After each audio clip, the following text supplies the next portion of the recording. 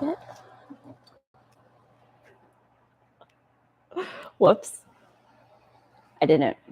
I hope that didn't get that. You know, whatever. It's fine.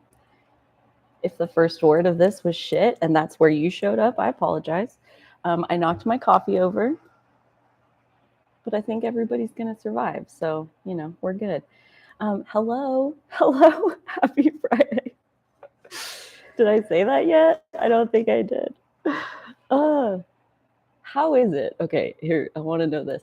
How is it that I can be so prepared in advance for the first time, like in history, maybe for this live stream anyway, and still it comes down to the minute of, and I'm like rushing around like a chicken with my head cut off? I think because, hello. I think it's because I heard this thing one time and this popped in my head as I was rushing to get here. And so I was like, ooh, that does make sense. That like there's something to do with, like, I think it was Pluto opposite the ascendant that I was studying when I heard this, where it said like the person will create crises of time, that like they'll use time to create a crisis for themselves because they focus better in crisis. So by leaving things to the last minute, they create this crisis, which actually helps them to focus and they perform better. So there's a reason that some people, like, they work better at the last minute than not. And I'm like, holy crap, you mean that's not just dysfunctional bullshit? Like, there's a real reason that I'm doing that? That's pretty cool. Okay, letting myself off the hook a little bit more all the time. That's been kind of the big theme. I'm gonna put this guy out here. Actually, I'm gonna have some of this. I was also late because it's snowing outside and I kind of forgot until the last minute that I needed to take the dogs out. And so I did, and so fast, they both went right out there and pottied. And I'm like, how can you not get a cheese snack after that? And so I'm like, it's 10 o'clock.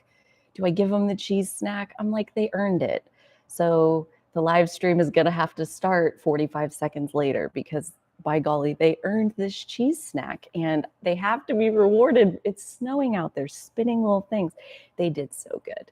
So yeah, we're here now, and we have all the time that we need to talk about all of the fun things that we have to talk about this morning. I think, like always, like when I get really excited, it can be a little bit hard to like really put my thoughts together and like come up with something coherent.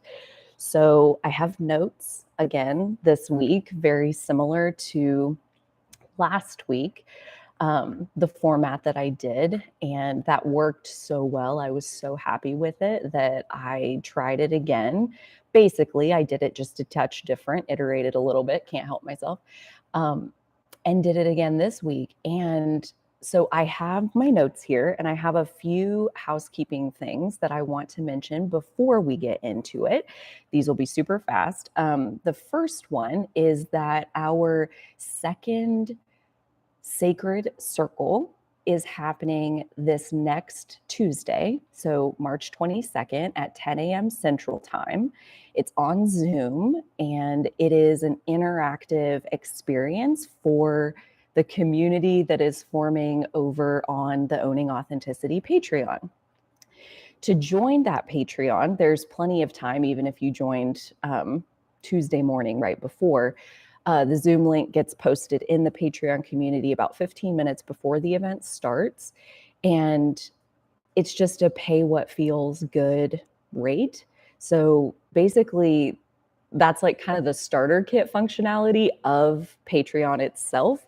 And I absolutely fell in love with that because it's most important to me that if somebody wants to be there, that they're there, that like, there's no barrier to being a part of that community. So even if you sign up for $1 a month, like that's cool.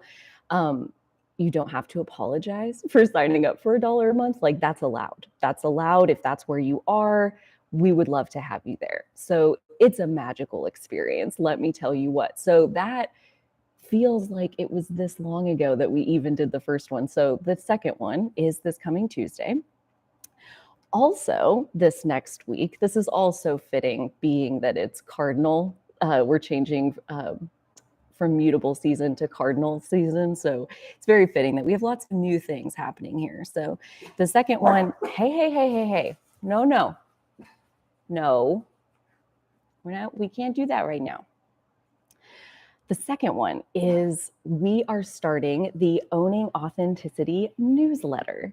So Maddie started. Maddie is my creative assistant, love her to death. And Maddie's birthday is tomorrow. So happy birthday, Maddie. Yes, very, very happy to have her as part of our team. And so we started the mailing list like through MailChimp. It was like right off the bat when we very first started working together last summer. And it has a few people on it, and we've never sent anything out on the mailing list, just because that's like one of those things that they say when you're doing a spiritual practice like this, that kind of your newsletter is kind of one of the first things you should get going. And it just never really happened. It didn't really flow, so it didn't really happen. And now it's like, here we have this Astrology and Coffee where we already have all of this awesome discussion around the transits, and basically using that to take it and make a small summary that's easy to read and quickly digest. That'll go out on Mondays of, here's what Carly covered in the Astrology and Coffee last Friday. Here's the link to the recording. Here's a written summary. Some other things, like as there's news and as there's other videos, like for example, we have a deservability treatment video in the works, and Maddie's currently editing that. And so that'll be released on the channel. And when that comes out, we'll put it in the newsletter to make sure everybody sees it. So just like a little summary. And so every Monday, this little summary that, do what you want with it. But okay, so Maddie put the link for the Patreon. Maddie, can you also put the link for, oh my gosh, and happy birthday. That's so exciting. Can you put the link for joining the mailing list to get the newsletter? So Monday will be the first one of those based on what we're going to cover here in the Astrology and Coffee. And okay, so the third thing, this isn't really housekeeping, it's more of a personal story, but the full moon in Virgo, thank you so much, Maddie. The full moon in Virgo was last night, like overnight last night. I think it was like 3 a.m-ish Eastern time, maybe. So thereabouts. And Maddie and I had talked about this on Monday at our touch base, and we had covered it last week at Astrology and Coffee.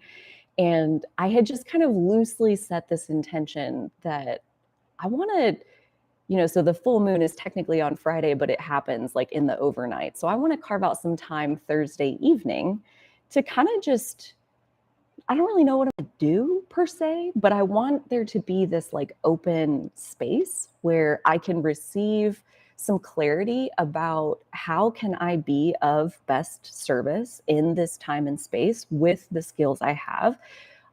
I'm going to receive some clarity. And I just set that intention that like, I'm just opening up the blank canvas, and, wherever that stuff comes from, it's going to come on it.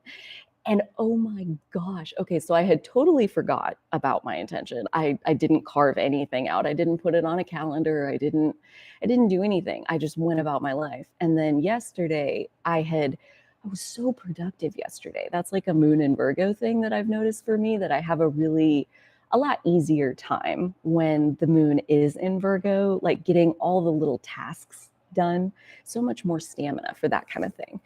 And so I was like, whoa, crazy productive yesterday. It felt so good. And so I was going to lay down and take a nap, and it was probably like 4:30. And I ended up laying there for about half an hour. I never went to sleep, but I laid there with my eyes closed. And for probably a solid 20 minutes of that, the download was starting. It was like these pictures, these imaginations of me in my office putting new pages up on my idea wall. And like there's a course or a workshop. It's got 8 parts to it. I don't know what it's called. I don't know what the parts are, but there's something. And so like I'm laying in my bed, eyes closed. I'm imagining this like, like fresh white sheets of like You know, I've learned to recognize that impulse as basically there's things that are ready to write themselves down, basically is how I would put it.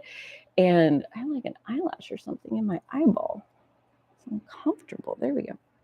And the impulse to put the page out, or like the impulse to get my journal out, or the impulse to like reach for a stack of Post-its, like I've learned that that's actually my subconscious communicating with me that like, hey, if you'll get a pen in your hand and like something to write on, I have something that I can write through you and you're going to love it. And so I'm laying in my bed, like thinking I'm taking a nap. That's what I'm doing. I'm not being productive right now.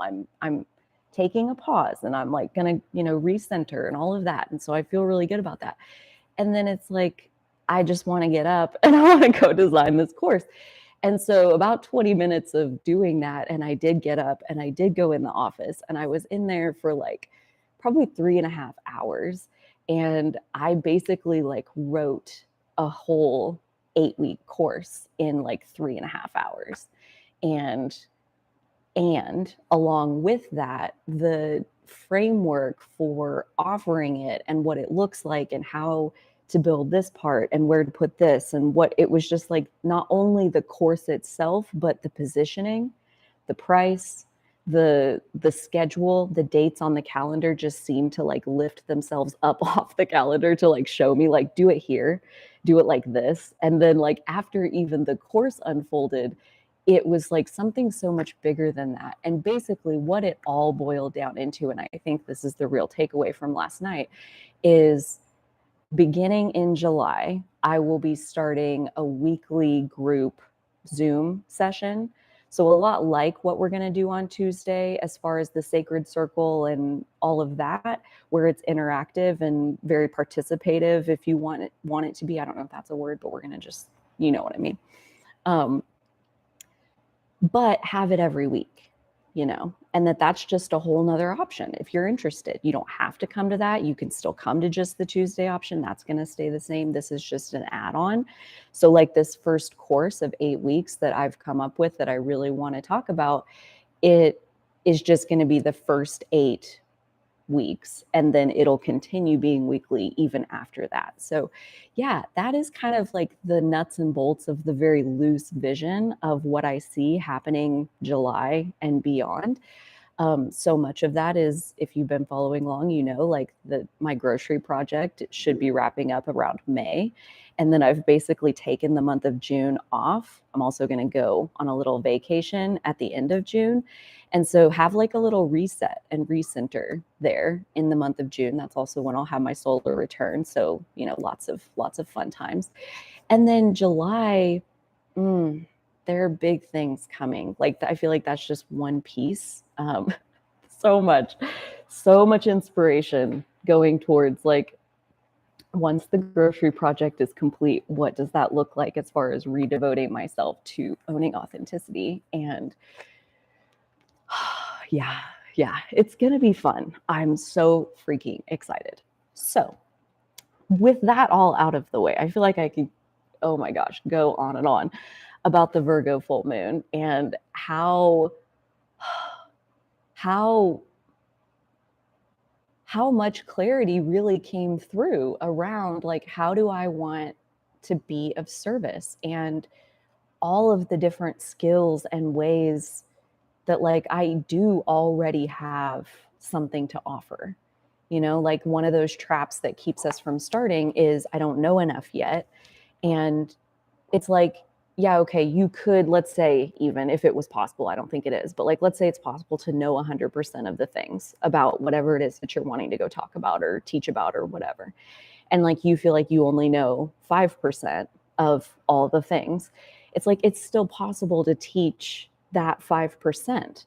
And there's teachers at every level. And there's like a beginner's mindset and almost a humility, which is like we talked about last week with Virgo, that's so necessary to say, like, I'm a beginner teacher who teaches beginners.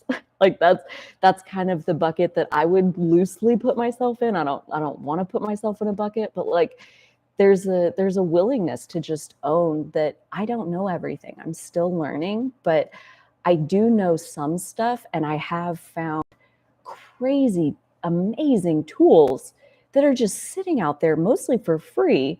And basically it becomes like a curated offering of like, here are the things that I've found that have worked well for me. And if you want to try them out for yourself and see if it's helpful or beneficial, it's like that weekly session becomes a pipeline of me sharing tools and resources that I've found to be valuable. So yeah. Okay. I'm going to really try to close that off and go to this week's energy. And really the way this episode is structured, it becomes more of the next 4 weeks, I would say, especially where I've included Jupiter conjunct Neptune, which is a once in 160 some year transit. So we're going to talk about that, but that doesn't even happen until April 12th. And then the other things that we're talking about are the sun entering Aries / the spring equinox. They're basically the same thing. And that is happening like over this weekend here in a couple of days. So we've got a little bit of a mixed bag in today's episode, but I wanted to go ahead and talk Neptune because I feel like we are so already in it. It's just going to keep getting stronger leading up to April 12th. And then we'll still be in it for another month after that until Jupiter breaks its connection by entering Aries in May. So these next 4 weeks, I drew out some key points here. So I just am almost overwhelmed by how big this energy is. Like whether we're talking about the Jupiter conjunct Neptune transit, which is basically unbounded water, like infinite unbounded water, like that's a lot. And then you also have all of this Aries energy, which is cardinal fire, primal spring, like life force, the spark of life. And so when you put these things together, I see so much vision. Like we are becoming clearer and clearer and clearer, like literally day by day, sleep by sleep in this season, especially clearer on who do you want to be in this world? Maybe even like not even that. Who are you? Who are you in this world? Not who do you want to be even, because when we're not being it is all of the conditioning, the stories that we're still telling ourselves that are the reasons that we're not doing it yet. And like, that's all normal.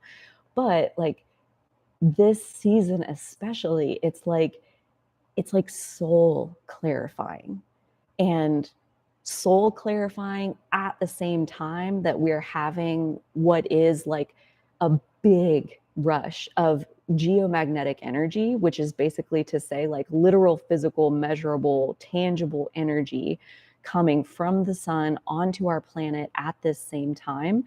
And it's like, I don't think this is accidental. Like we've been having some major astrological events this year. And these next 4 weeks are like a huge piece of that. So yeah, I mean, these two transits are only just part of it. So keep that in mind. Huge potential for big creativity and passion, that basically the essence of life itself is flowing. And through the Pisces and all that water, we are more clearly aware of how we ourselves are interconnected with everything else. Like, I think the biggest, I'm going to save that for later. We'll get more into that. So, also this theme of cleansing and purging. When we go from Pisces to Aries, you go from the dark half of the sky. That Pisces is the end of the dark half of the sky. And you go to Aries, which is the brightest and the beginning of the light half of the sky. So there's this very real handoff from dark to light.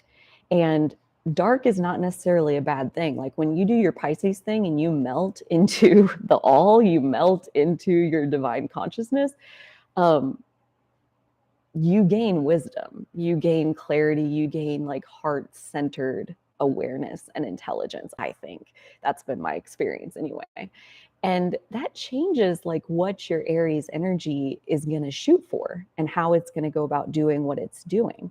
So there's a very real way that the two work together, that all of this clarity and intuitive insight that we're gaining through the one transit happening at the same time that we have this now burst of Aries energy happening, there's so much potential for what Pam Gregory called a spiritual tsunami of awakening, and that this is basically like laying just the next layer and groundwork and framework for the new earth and the next level of human consciousness. That like this 4-week period is like the gateway opening to that next level of consciousness. Like, and a lot of people are already living there. That's something that like to keep in mind, like, because especially if you have a hard time finding it, maybe you're already there. That's one thought.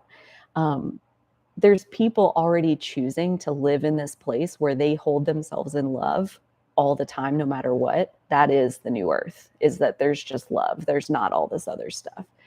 And then it's so easy to like kind of pop back and forth. You know, maybe most of the time you're holding yourself in love, and sometimes you're paying attention to what's going on in the 3D, in the physical.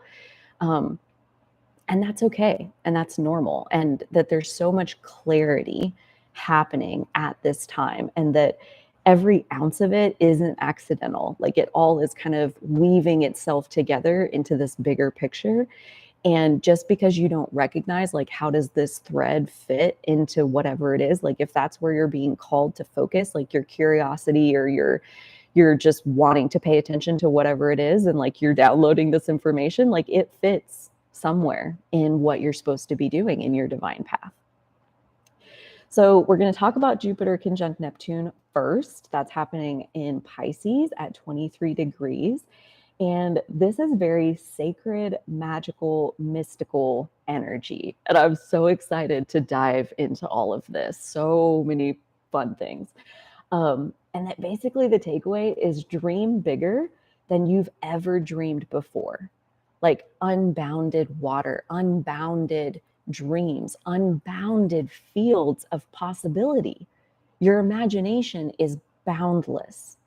And all the limitations that exist within your mind, kind of you put there. Like you put there by soaking up the social conditioning that was around you in childhood and on and on and on. But we can be aware of how are we limiting our ability to dream.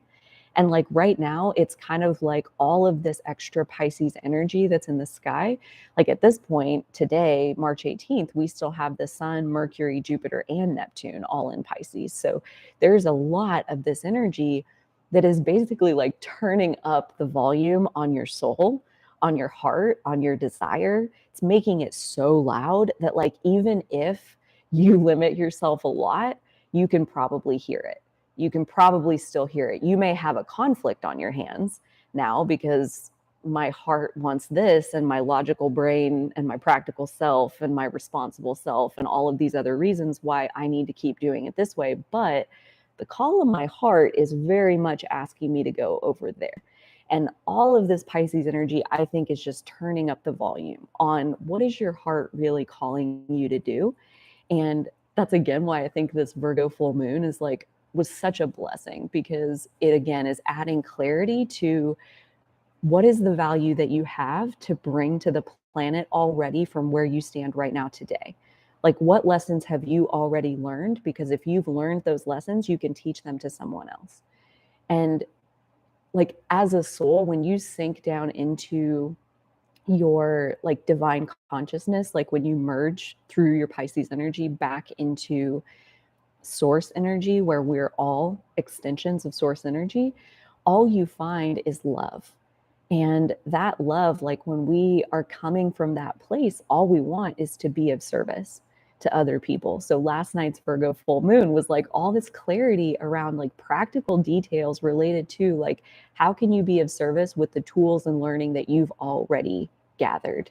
And I just, last night, like I literally bawled like a baby for a good 5 minutes, imagining all of the people around the world getting downloads of all the ways that they wish they could be of service, that like they're doing the thing, they're dreaming the dreams, they're like having these ridiculously lofty visions run through their imagination.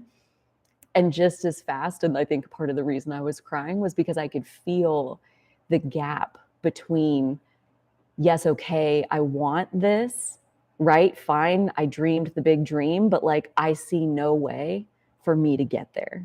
And there's pain in that gap. Big ones, big pain. And like that's the point. That pain is the point of like that's what gets you to turn inward and do the inner work and get introspective and look at, how is my life a reflection of me? How can I develop my consciousness and manifest a new form around my new consciousness? So this weekly group, I go back to that again because this is what it's born of, is like that's the goal, is how can we be introspective? How can we look at ourselves to heal ourselves as much as possible and watch the world around us reflect something different? So all of that, the Jupiter conjunct Neptune, dreaming big dreams, and finding a vision for like, you know, in like Pisces energy is not constrained by the physical world. So in a Pisces imagination world, like your heart can literally have anything that it wants, and setting that vision and getting it in your mind is the first step to having it. And so I think what I want to say there is like, if that's at all painful for you to like see that I want this future thing and I don't know how the fuck I'm going to get there, like hang in there, because that's the other thing that Virgo brings with it. And that's what you can rest assured of, is if you're getting downloads of like ways that you want to be of service, like your heart wants to do this, the fact that it's manifesting around this Virgo full moon means it comes with the energy that you would need to do the physical details to get from point A to point B. So like, even if you don't know what that is yet, it's going to unfold. And like you can trust yourself to figure it out along the way as it unfolds more and more and more.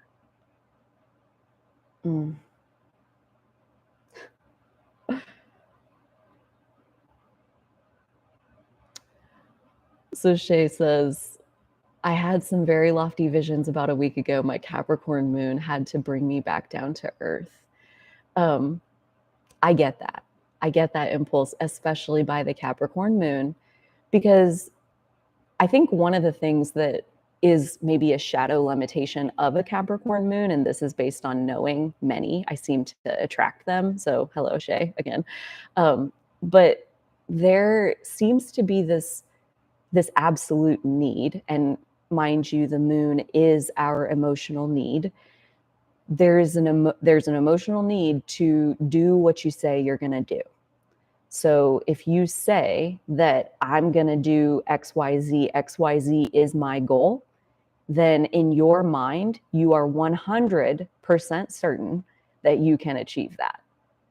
And if you're not 100% certain that you can achieve it, then it's not really like, Capricorn moon is a very risk averse sign. So like you'd have to be really, really, really, really, really, really, really positive that the outcome is going to be successful.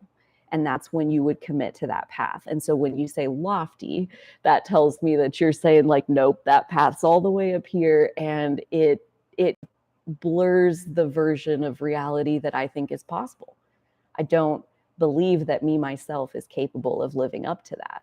And that's what I'm saying about, like, I can't tell you what to do. I can't tell you what to think. That's all on you. But I do invite you to sit with that idea that, like, if the idea is coming now out of all this Pisces energy, out of the Virgo full moon energy, even a week ago, I would still say this is the case.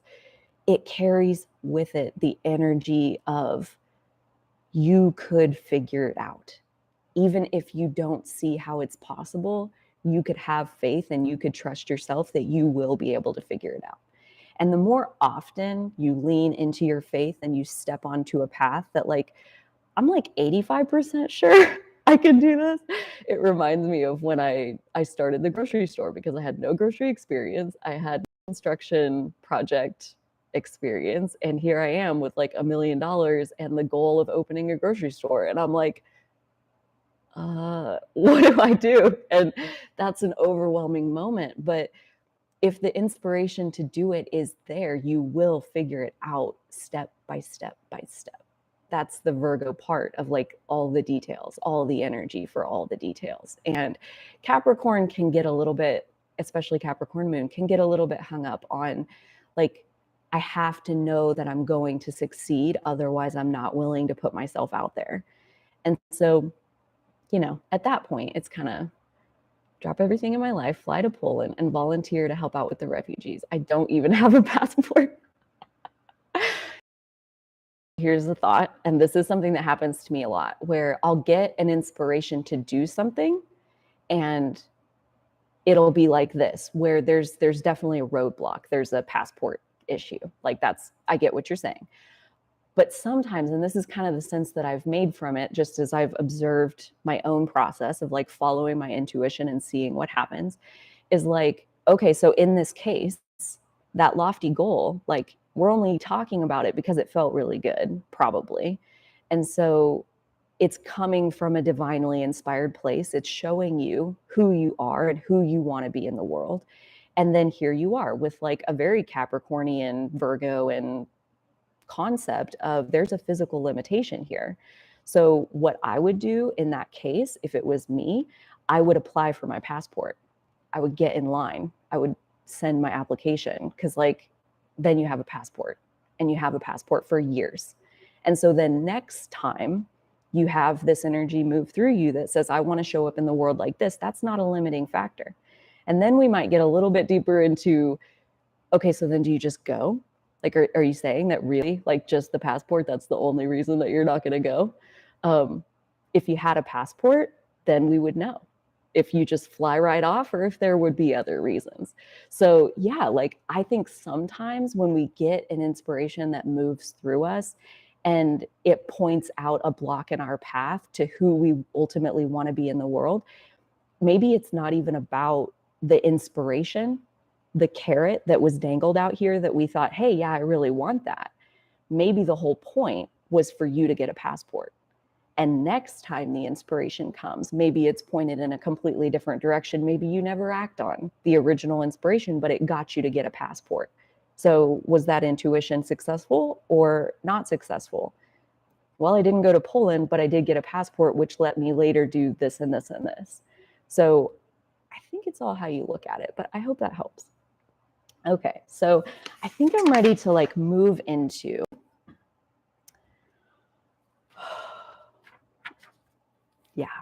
yeah. It's a lot. And like that's again going back to like Virgo energy, and I did like all in depth on this last week. So I don't know if you watched last week, but when things rise from our Virgo energy, our heart of service, inherently it includes every ounce of energy that you need, every ounce of focus, mental clarity, and ability to think critically and do all the things that you would need to do to get from point A to point B, because there's something that happens in Virgo energy that's kind of like a blossoming. That's like when you feel a call to service, there's a blossoming that comes from inside of you.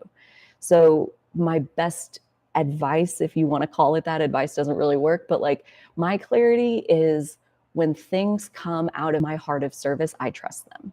I trust them implicitly that I'll go as far into it as I possibly can, given the physical limitations that I'm facing, and I'll clear those as much as I can so that I can keep moving towards who my heart of service is calling me to be in this world. So thank you, Shay, for the conversation and the example, because that's perfect. Okay, so our first conjunction that we're going to talk about is Neptune and Jupiter, which takes place in Pisces at 23 degrees.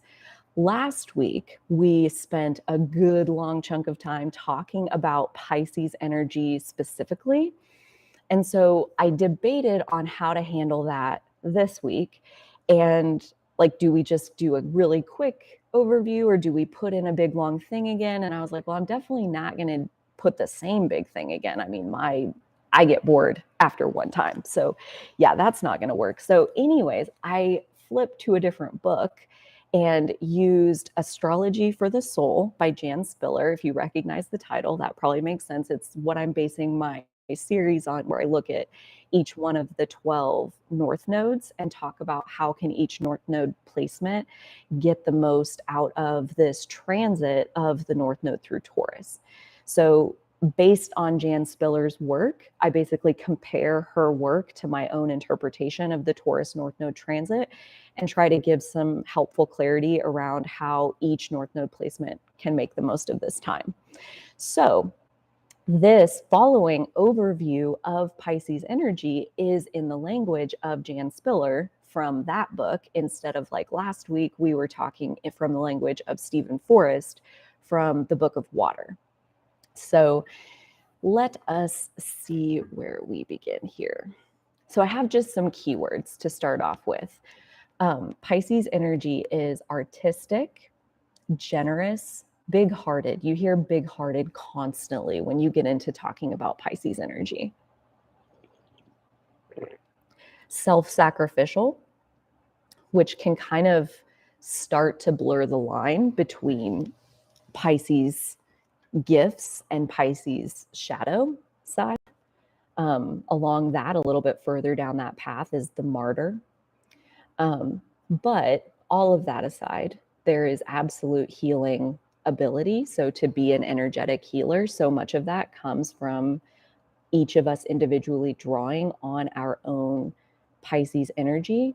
To borrow from the Book of Water real quick, Stephen Forrest describes the water family as Cancer, Scorpio, and Pisces are feeling, analyzing, and transcending. So he says, like, we start with Cancer because you can't heal what you can't feel. And that's crazy, because I was watching a Dr. K psychology thing the other day, and he was basically talking about the same thing, how the first step to processing big emotional events is to acknowledge your feelings. And so, like, you have to feel them. That's the first step. That's Cancer energy. And then Scorpio is where we're with that. We do an emotional investigation process. We try to figure out the layers and the deeper complexities to why we feel the way we feel. And through that understanding that Scorpio is generating, Pisces is where we transcend and let go.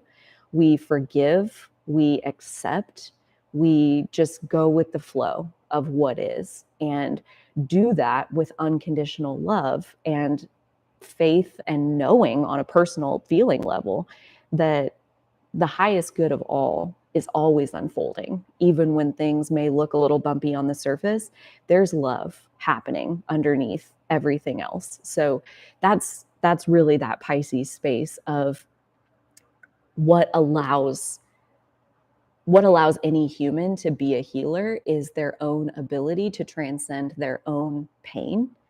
And once you've transcended your own pain, you know how to transcend pain.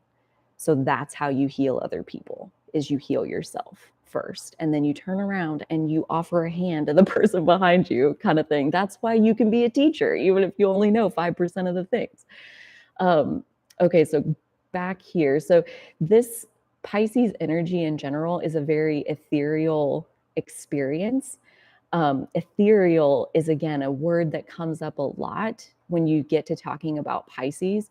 And it's one of those things where it's like, if somebody had never heard that word before, and maybe this is a question to chat, I would love to hear, like, how would you define ethereal? What does it mean? Because just by nature, it's one of those things that's like formless. It's wispy. It's made of fog. I don't know. Like, what is it? Like, what does ethereal even mean? But it's an ethereal experience. And how you do that, how you get there, this is Pisces' main gift, is that it is able to, and it's the place in ourselves where we are able to set aside our ego identity and allow ourselves to merge with source, or our higher selves, or God, or however you want to think about that. That's why Pisces is often associated with meditation and trance states, or any kinds of alternate states of consciousness, because in those states, we've allowed our identity to sit to the side, which allows us to sink deeper into the feeling of who we really are instead of just the script or the story of who we think we are, which is what our ego identity is focusing on. Pisces is like the embodiment of true humility, meaning that like it does not feel superior to anyone. Like that just wouldn't even occur to Pisces energy. And so that manifests like on the shadow side as like basically you can give up too easily. Like there's a difference. Like I've always, anytime we step into Pisces, you also hear numbing and escapist tendencies.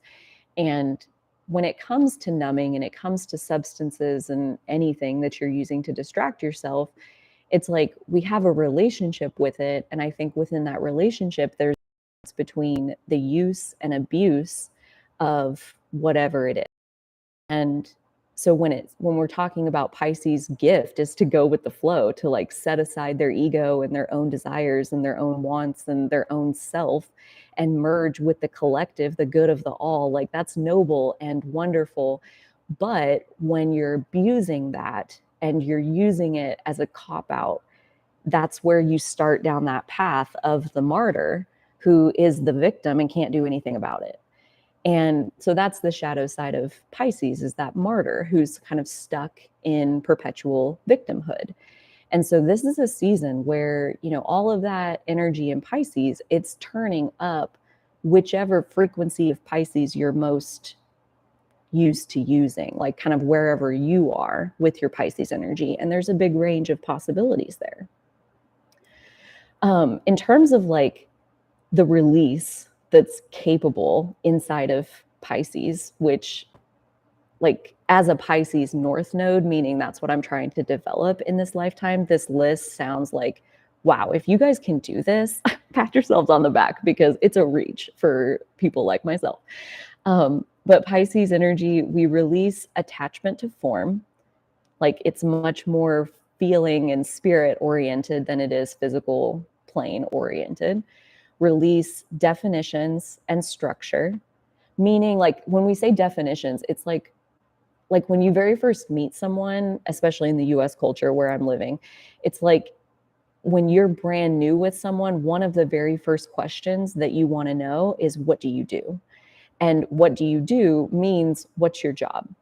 And that means like, tell me your job title. And I'm going to subconsciously, probably without giving it any thought, put you in a bucket of how, like what I think of you based on your job. And it's like that, one of those survival instincts of our lizard brain, like trying to assess value and threat and do it quickly so that we can survive. Like there's a reason our brain works like this, but there's a real part of our culture that basically teaches you that your identity is your job, that like your identity is what you do. And in Pisces land, that's not true. Like your identity is your soul, and your job or lack thereof, or your art, or, however you materialize at any moment, that is a fluid interpretation of your soul's being in any given time. Like that's just not who you are. And so separating our identity from our definition, like or like even just kind of asking yourself, like, what is my definition of myself? Who am I? Like, how would I define myself? And if it's really tied up in, well, I've worked at this place for 20 years. I'm a mom of 3. Like those are all very much like job titles that have nothing to do with like who your soul really is. And so, not bad, not good. Just saying, like in the Pisces perspective, when we're focusing and having all of this energy move through Pisces, it's like when the volume knob of your soul gets turned up so loud, now suddenly this ego story or script of your identity, it like doesn't fit as well. It's like awkward and uncomfortable and limiting and missing pieces. And it's like, meanwhile, over here, there's all of this that's calling you, that sounds like so much fun, that even if it's lofty, like that's where my heart is, that's what rings my bells. And so I was watching another Dr. K thing, been watching him a lot lately.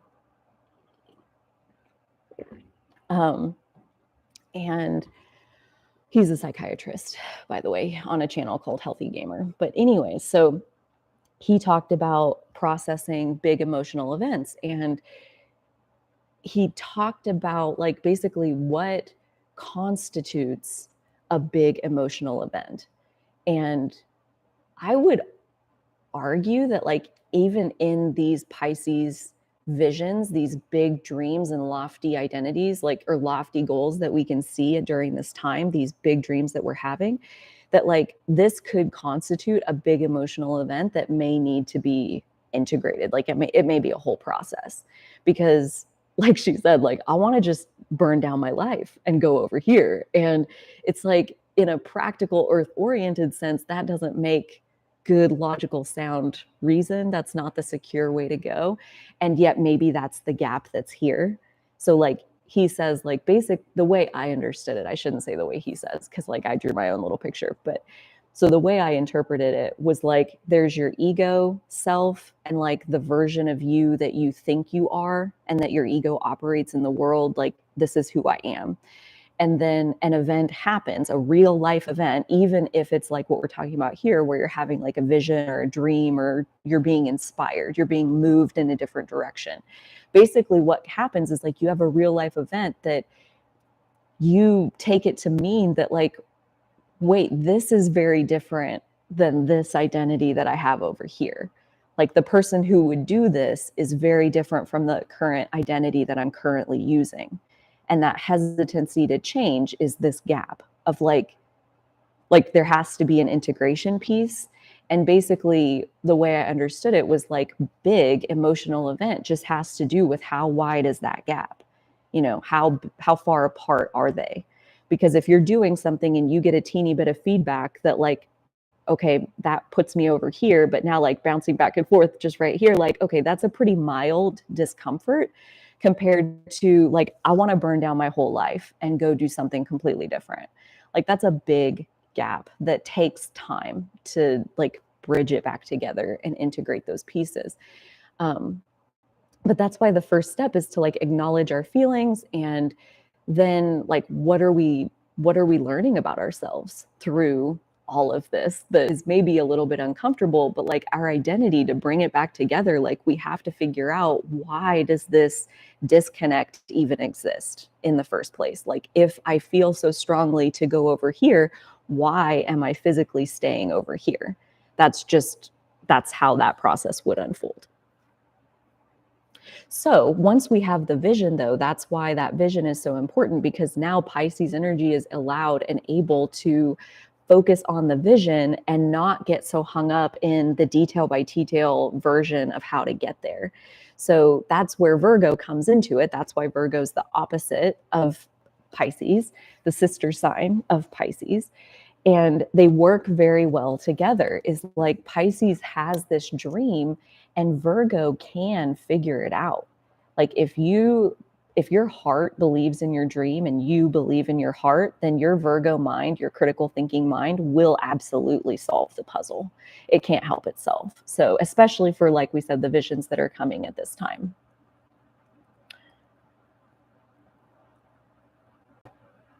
Ooh, yeah, Bettina is talking about the veil being lifted to the dream world, and that's very Pisces also, especially where like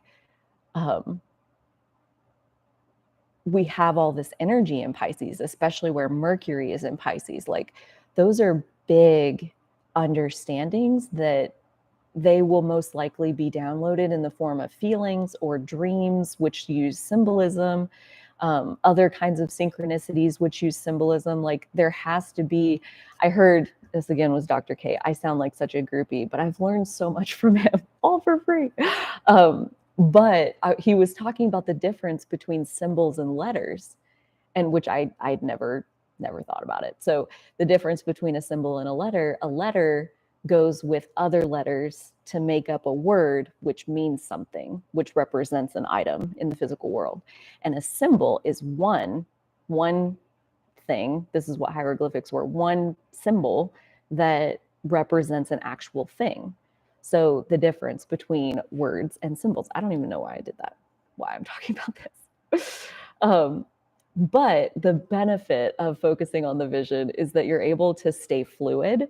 Like you can basically calm down your Virgo side, where Virgo is saying like, oh my gosh, I don't have a detailed vision. I don't know exactly what I'm going to do.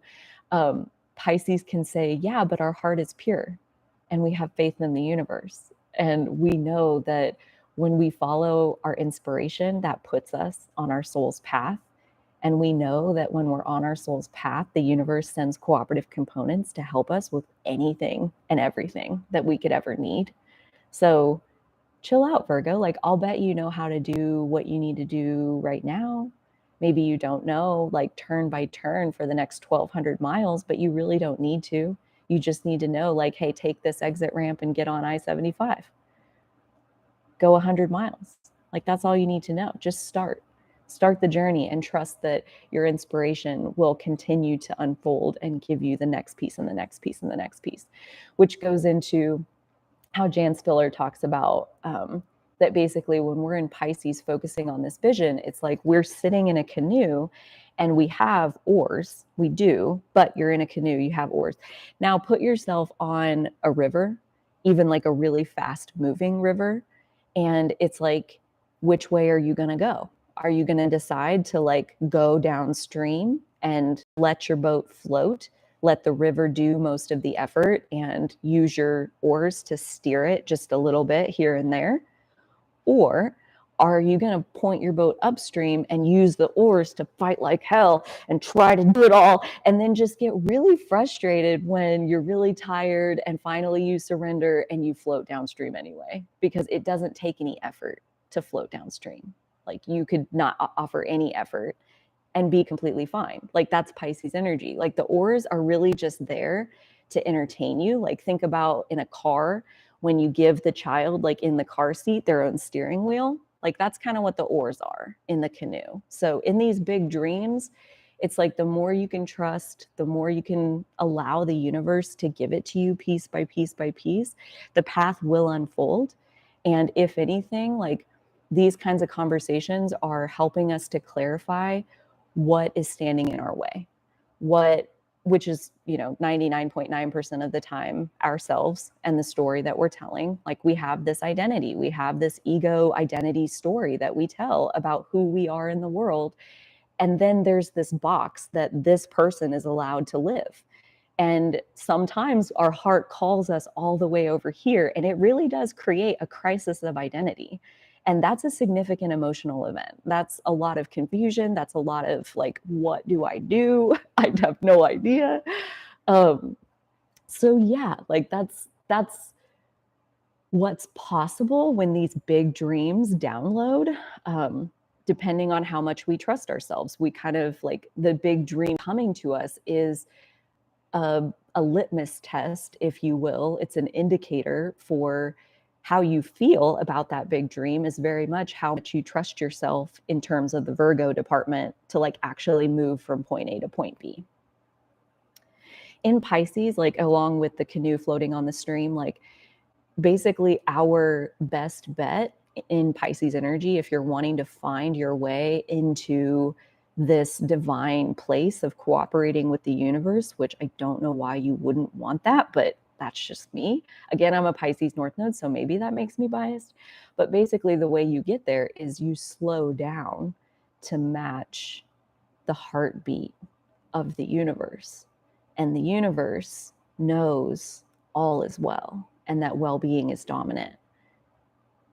And think about like, even just picture like a lie detector test, how that even works is like when you're afraid, your body responds, your heart beats faster, you breathe more, you blink more, like you sweat. Like there's all these reasons why they think they can do a lie detector test.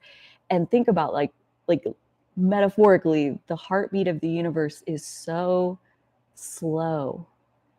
It's so slow and blissful And it feels so good to be that slow, and how confident you'd have to be in the well-being of that moment, in the safety and security of that moment to feel that way. And that's how our planet feels. That's the heartbeat of the earth. Like, of course, we're damaging her and she's crying sometimes, and that's coming through too. But still, even so, she knows, Mother Earth knows that well-being is dominant. And when we slow down to the heartbeat of the earth, like when we slow down to the well-being of this universe, things do unfold for us. The universe does have our back. And Pisces asks us to dream big in hopes that the universe will catch us. And some people are going to be able to do that, and some people are going to get a little bit of a wake-up call on how much maybe they need to work on trusting their own intuition, or feeling their own intuition, or picking up their agency and those kinds of things, which is so appropriate because that's what we're going to talk about after this transit, is all this Aries energy coming through, which is exactly what that's going to inspire. And that's here in just 2 days. So that's super exciting. Unconditional love, again, is another one that comes up a lot.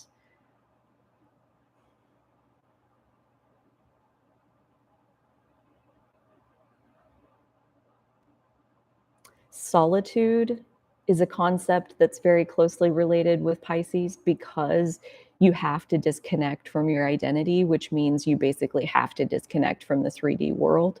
You need to get away from other people and technology, probably, at least like, like social media or whatever, like for a minute, long enough to clear your brain of any of your thoughts, any of your ego's story.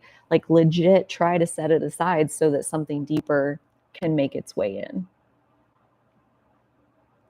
Pisces also asks us to face the unknown. Again, it goes back to Pisces. All of this energy is asking you to dream really big and trust that the universe will catch you. And again, that's difficult. That's scary. Facing the unknown is scary. And trust happens when you have an experience with a good outcome, So that's why, like, it's very natural, if you've had experiences in the past where you've been hurt or betrayed or whatever, it makes sense that trust is a very foreign concept to you, that like there would be very little opening up to the universe to have your back. You're like, no, thanks, I got it. But if we start in small ways, if we trust our intuition to tell us, should I have an apple or should I have a banana? Like, which one does my gut say? Apple. Okay, I eat that. And then my stomach feels really good afterwards. Like, okay, so that's good.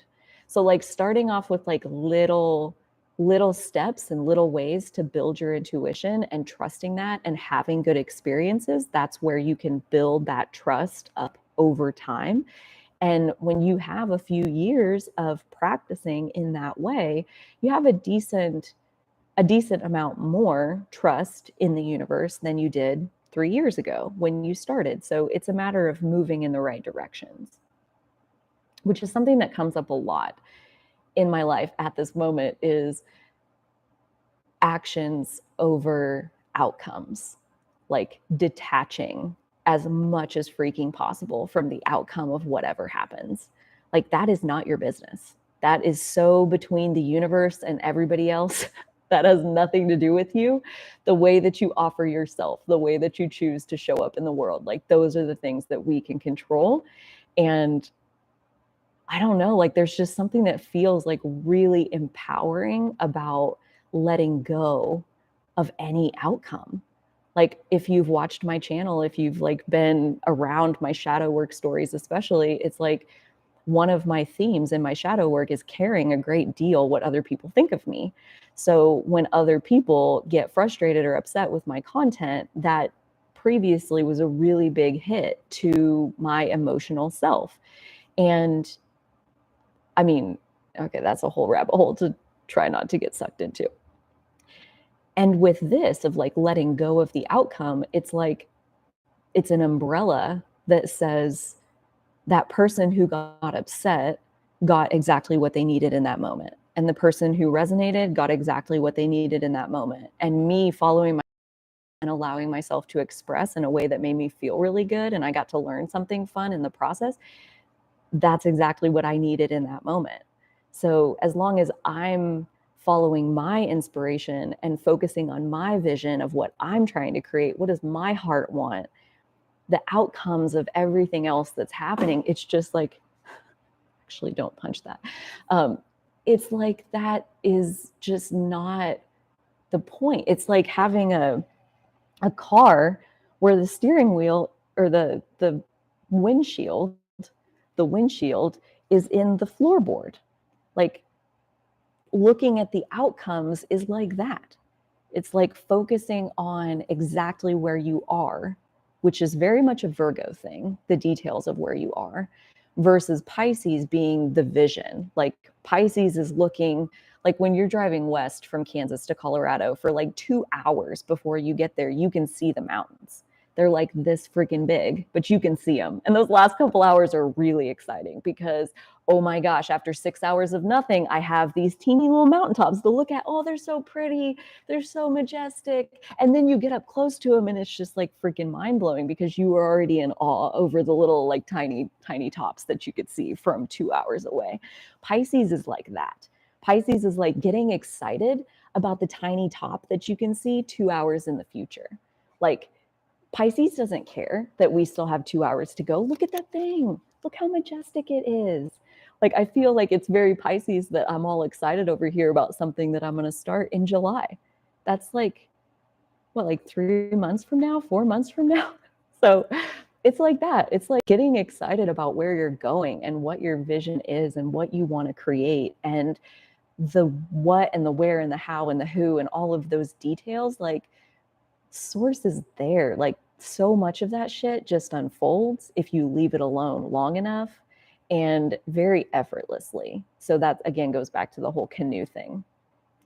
So that is your dose of what is Pisces energy. And this part switches back to the Book of Water, Stephen Forrest, because he ends his Pisces overview by saying that there are 2 types of Pisces people. There are Neptunian and Jupiterian. I don't know if that's a thing. Jupiterian. Sure, you get it. So Jupiter and Neptune. These are both rulers of Pisces. So Neptune is what's called the modern ruler, just because it was discovered a lot more recently than Jupiter. Jupiter is the ancient ruler of Pisces. And Stephen Forrest's thoughts on co-rulers is that basically they both are right. That, like, there's a lot of astrologers out there who will say, no, Jupiter's the right one because that's the ancient one. And they'll say, no, Neptune is right because that's the modern, like, whatever. And he's saying, no, I think they're both right. And I'm like, yeah, that's the one I like. It's like there's validity inside of both of them. So Jupiter, Ian. Yeah, like that. I think that's a thing. Maybe. I don't know. Oh, Irene, I love that that comment stood out to you so much. That's so amazing.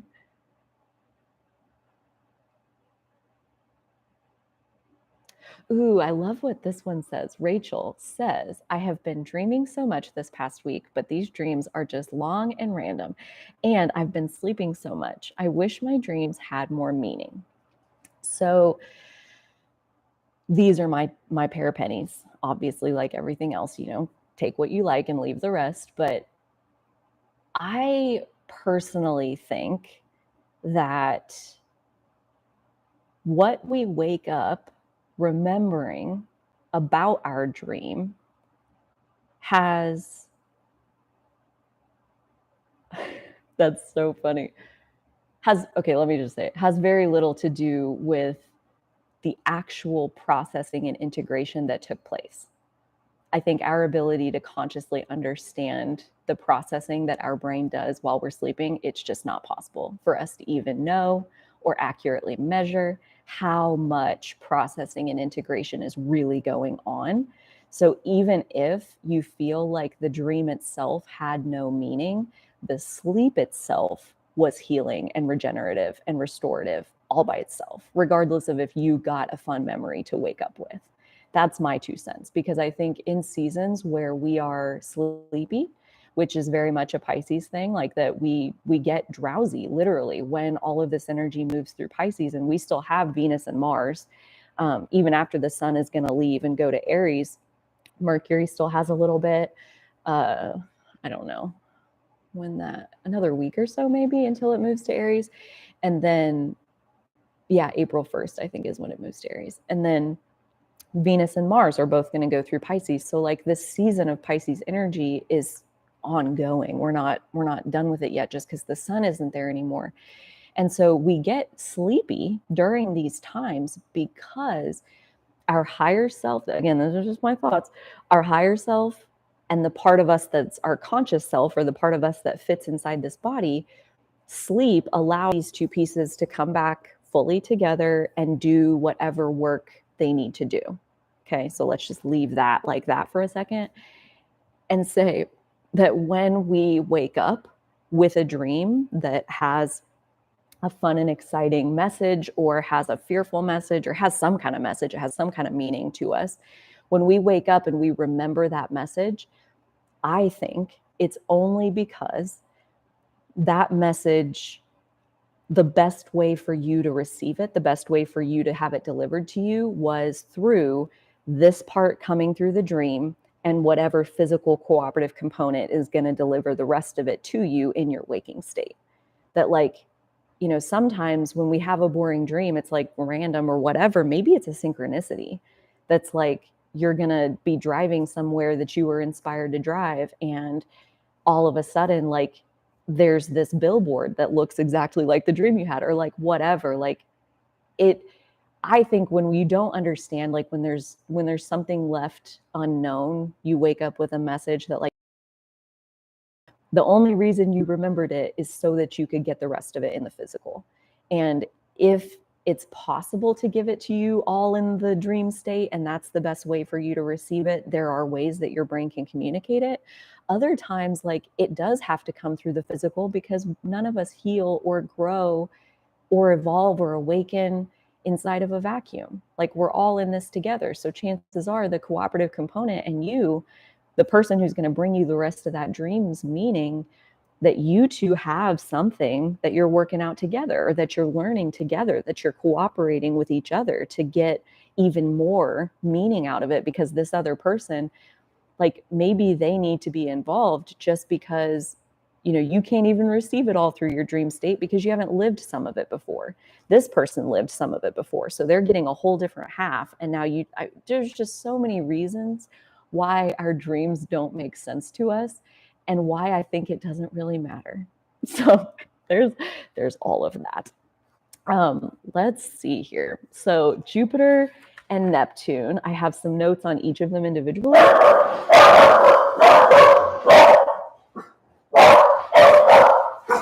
Scooby, hang on.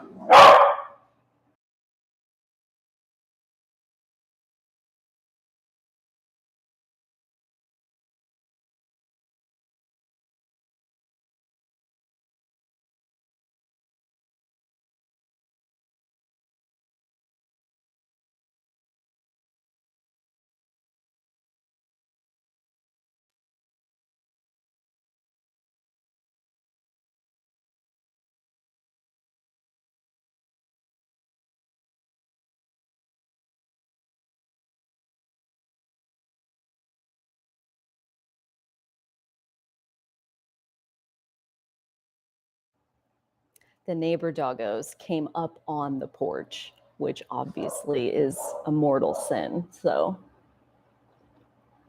vengeance must be claimed. So where were we? Oh, yes, Jupiter and Neptune.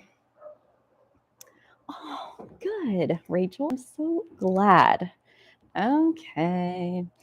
All right. So Jupiter, ancient ruler of Pisces, and now is the modern ruler, I believe was also the ancient ruler of Sagittarius. So when we think of Jupiter, and again, this is very much the Stephen Forrest method of like Jupiter kind of has two faces then. It has a Sagittarius face, its fire face, and it has a Pisces face or its water face. That's what I'm getting at. I also heard Jupiter or Pisces described as the feminine temple of Jupiter. And I really liked that. I don't think I've sat with it much more than that, but I just really like the sound of that. So let's just look at like Jupiter and Neptune as like two different sides of Pisces. So if you have one or the other more prominently featured in your chart, that just means that like you're more likely to be the Jupiter side of Pisces. Or if you have Neptune really prominently featured in your chart, like on your ascendant or on your midheaven or something like that, Sun conjunct Neptune, all kinds of things that can make a planet prominent in your chart. But if you have Neptune more prominently in your chart, then you're more likely to exhibit the Neptune side of Pisces. So we'll go through the Jupiter side and then the Neptune side. So the Jupiter side of Pisces, I love this. It's like the world is full of friends you haven't met yet. A big, outgoing, big-hearted, expansive, generous personality. You laugh really easily. The humor is in everything. Also, the Jupiter side of this is that you enjoy uninhibited food and drink and company, that there is like a party hardy kind of vibe that just everybody's a friend, all of that kind of stuff. Oh, the neighbor doggos are really giving them a run for their money out there. That there's this dominant unconditional love for all, that Jupiter side of Pisces is much more likely to be able to succeed with religion, quote unquote, versus spirituality. We'll get to that more when we cover Neptune. Faith is a very Jupiter concept. And really, faith as a mechanism. Let's think about it like this for a second. As far as like faith allows us to allow for possibilities outside the realm of where we already are. Like that's just kind of off the top of my head. Maybe that's a definition for faith. So that means that like having faith is the mechanism that leads to higher learning, understanding, expansion. So faith is a mechanism that is associated with both Sagittarius and the ninth house and all of that higher learning and more institutions and all of that. And Pisces and the 12th house, which is more truth, true mysticism, which is like true faith in the benevolence of the universe, like the benevolence of God. That like through Pisces, that faith can lead us to take risks for a spiritual benefit, that like we are willing to leave behind our whole life and go on a spiritual mission because we know that this is where our heart is calling. This is where my soul is wanting me to show up in the world, and I trust the universe to support me. And so that Pisces faith will have you leaping off of your spiritual cliffs, so to speak, because you trust that the universe will catch you. This is a Jupiter concept that I think goes a little bit underrepresented and can be helpful to understand because Jupiter transits can manifest two ways. And a lot of times Jupiter is called the planet of luck or good fortune. And that's not wrong, but gain and loss can both count as good fortune. So if you are, this is a very extreme example, but let's say you're married to someone who physically abuses you every chance they get. Let's say it's super extreme. And for whatever reason, you're still there. Let's say that person's spouse that's abusing them gets in a car accident and dies. Like, that could potentially happen on a Jupiter transit, that like you lose your spouse, but really it could be like the best thing that ever happened to you.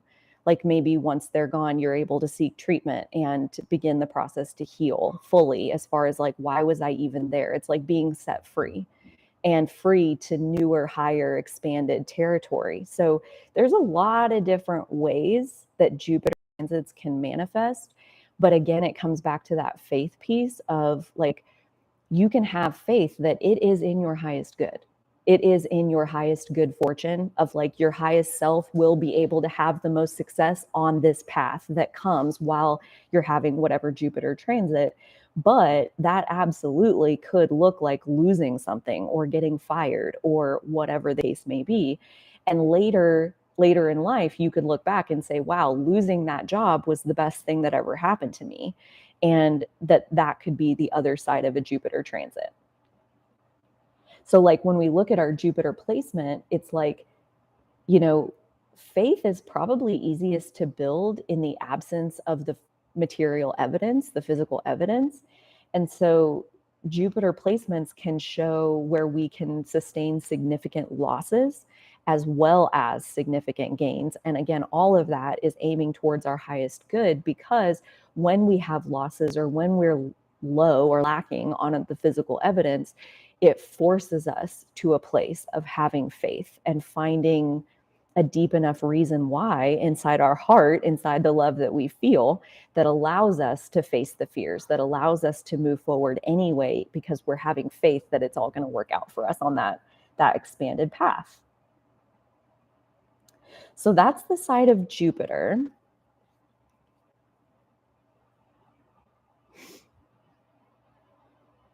If you guys have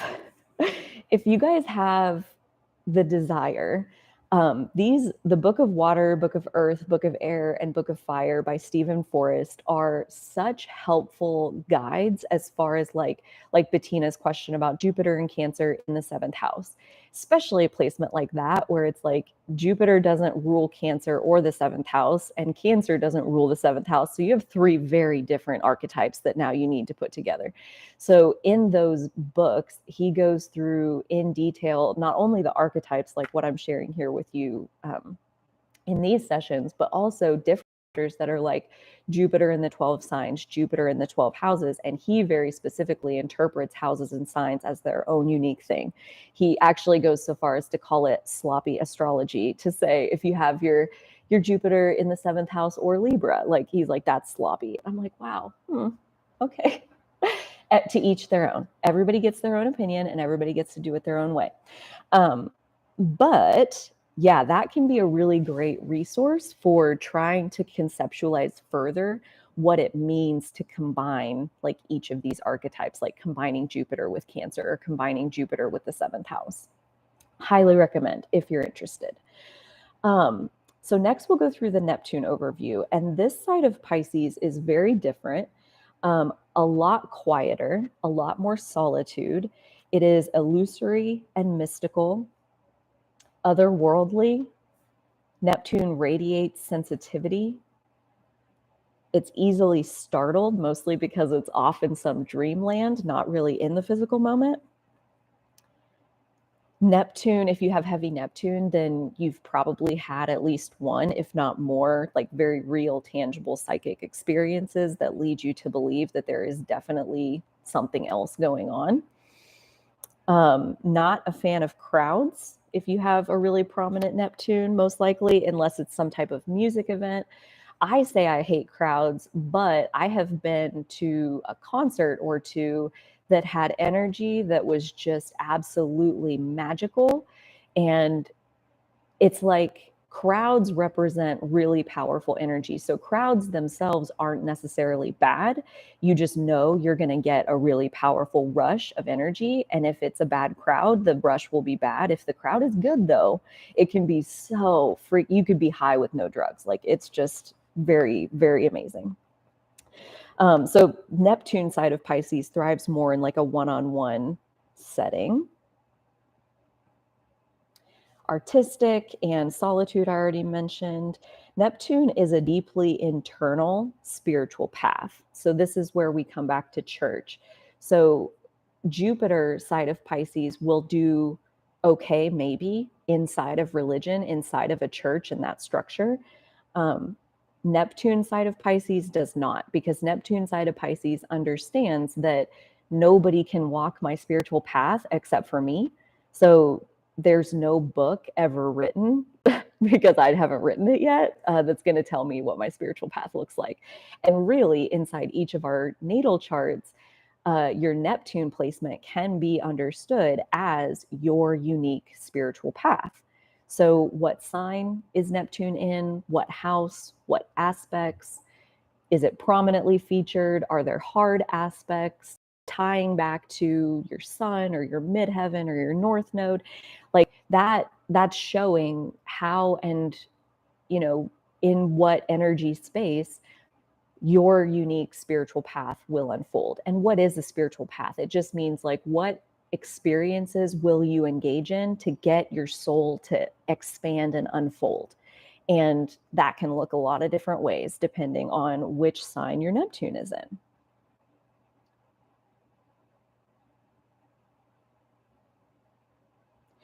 But the piece is that, yes, we all have our own path, but ultimately we're all headed towards the same mountaintop, is how he puts it. That like oneness is where I'm going to get merged with source however I can, and I'm going to let you get merged with source however you can.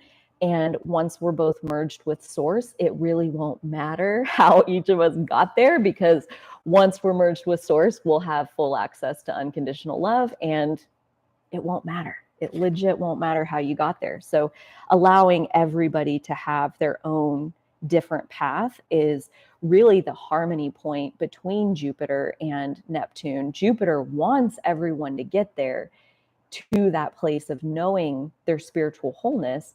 And I think that Jupiter side, where you're more comfortable with structure, the shadow of that is that you could end up forcing your beliefs. I think Neptune shadow includes this too, is that you end up forcing your beliefs onto other people instead of trusting that, duh, if you had a unique path to get there, of course they do too. Like, that's why giving advice doesn't really work. Neptune, what will trigger an expansion of your consciousness? And again, that's very unique to each person and aligned with your soul's purpose, your spiritual path, your path of highest service. All of this is intertwined with what is going to get your soul to unfold and expand in the way that you meant to before you came. Also, what is sacred for you? Which is really interesting because my Neptune, for example, is in Capricorn, and my legacy, like what impact am I making on this earth, is incredibly sacred to me. And Jupiter, the other ruler of Pisces, is in Taurus in my first house. So making an impact, my legacy, building things that are important to me, extremely sacred to me. Having creative freedom to do all of that, incredibly sacred to me. So understanding what's sacred to you is a very helpful place to kind of have that space carved out inside of yourself where you know yourself that well. I think it makes making decisions a lot easier. So this next one we already kind of touched on with use or abuse. Is it a vice or a virtue? Like, are you being self-sacrificial or are you being a martyr? Like, there's such a fine line between, and that's the point, is that Neptune is very illusory. It's mystical, foggy energy. There's no hard boundaries. It's all open-ended, and there is a very slippery slope between use and abuse. But at the same time, like, there's literally nothing wrong with either one of them. It's just a matter of what's sacred to you, and does your current level of using this substance or this distraction or whatever, does that let you do these things that are sacred to you? And if the answer is no, like, that's basically where I was when I gave up alcohol. I didn't give it up because I do still drink, but I stopped drinking every day, like several beers every day, because it was like I could feel that this is pulling me away from what's sacred to me instead of helping me move forward. And I have such good momentum, like moving towards this that's sacred to me, that I'm no longer willing to tolerate this sidestep over here that, like, why am I doing that? So like I said, I still drink, but again, like, I had to really sit with my relationship with alcohol, and what is it doing for me, and what purpose is it serving? What's the cost benefit? And do I like my relationship with this thing? And that's a very Pisces Neptunian type of contemplation around our free will, because you can do anything you want. You can eat a dozen donuts every single day. Nobody's going to stop you. Is that in your best interest? Probably not. Like, in terms of your long-term health and longevity, and if you have a path of service that you're trying to walk, your long-term health and longevity is important, because that's that many more years of service that you can provide. So again, coming back to a place of like, what is sacred to me? Very Neptunian.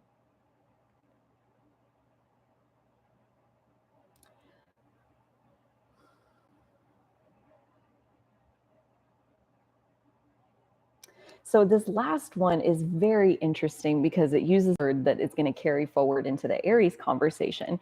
And so this last Neptune is that it's something we claim that takes ego strength in order to choose you. So this Neptune spiritual path, at some point, it will require that you step away from your conditioning and you choose the call of your own heart.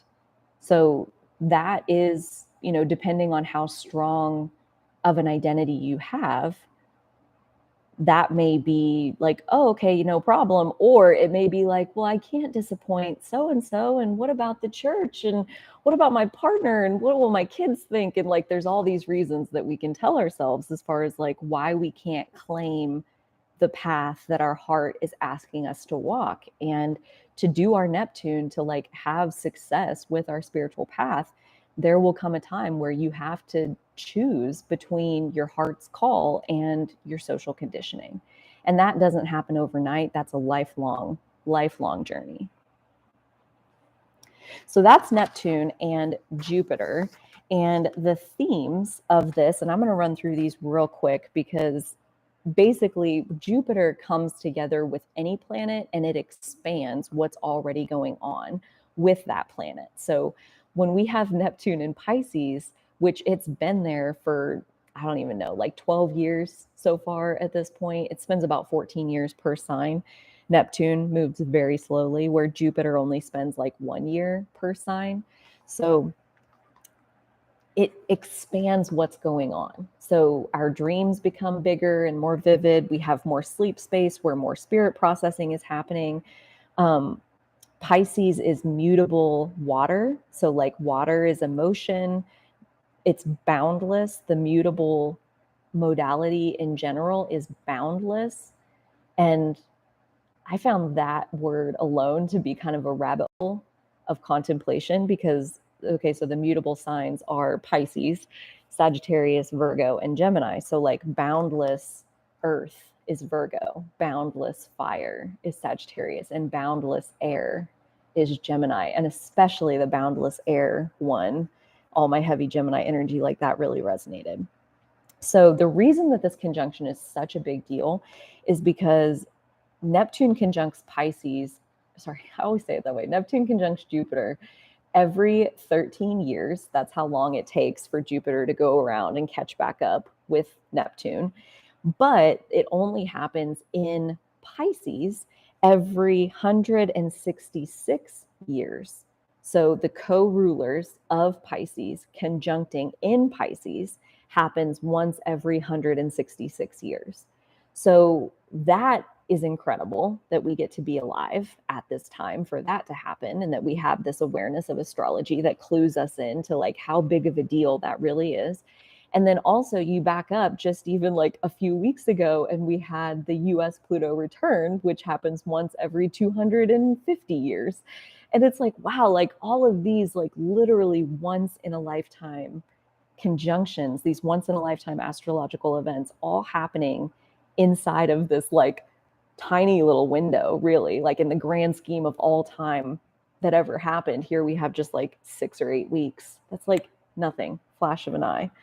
So the last time this happened was 1856, and the unbounded water leads to a lot of issues with flooding, which if you've paid attention to the news at all, I think Australia is having some really tough issues for the last few weeks. related to flooding and all of that. But that's like in a physical sense, and that can definitely manifest, especially where all those Pisces planets are sextiling both Taurus and Capricorn. So it can manifest out into the physical world with things like actual water issues. But more than that, it's like a wave, a flood of emotions and spiritual awakening. So that's the really exciting part, is that there it turns the volume knob up. That's the best way I can say it. Like Neptune gets kind of a bad reputation for being the planet of illusion or delusion, even, which has a very negative connotation, very like insulting connotation around it. To call someone delusional, you usually mean that as an insult. So that's Neptune, that's Pisces a little bit in its shadow. But I also think that the most amazing thing about Neptune, and this is where we go back to that piece that you're going to have to claim at some point, is that while it does represent illusion, it also represents disillusionment. So it means like seeing things as they actually are. And basically, like what that phrase earlier said of like, you're going to have to claim it. You're going to have to claim this path that your heart wants you to walk. And there's a lot of different social conditioning reasons and stories that we learn along the way about why that's not a smart idea, why it's delusional to do X, Y, Z. But sometimes what's delusional to one person may be disillusioned and seeing things clearly for another person. And that's where, again, Neptune is a completely individualized spiritual path. You would never be able to look at anybody and tell them they're doing it wrong. Period. Nobody's doing it wrong. That's a tough pill to swallow, depending on where you are. So let's jump down to, oh my gosh, I have to mention this. So Pam Gregory's video on this topic is very good. She goes a lot more in depth into like the 1856 history side of it as far as it happened. But one of the pieces that she predicted, and this is because Neptune rules oil, which, I mean, she is so knowledgeable as far as like every single thing in the whole world is ruled by some kind of archetype somewhere. And so I had no idea. Oil is ruled by Neptune. And so she's like, with Jupiter expanding, increasing, you know, all of that coming into contact with Neptune, you can generally see inflation in fuel prices, increases in the price of gas and the price of crude oil, raises. Oh, and that when the price of fuel goes up, the price of everything goes up, because every single good ever has to be transported from where it was made to where maybe it's stored or where it's going to be sold from, to ultimately like where is it going to live or be used at. And so when the price of fuel goes up, the price of everything goes up. So like that kind of seepage, that kind of ripple effect, like that physical example of like when you raise the price of fuel, it impacts everything. That's Pisces, that's Neptune, this porous seepage of like the dreams that we're having at this time, the processing that we're having at this time, they are for not only our highest good, but the highest good of the all. And that like those same ripple effects are happening like on a positive end.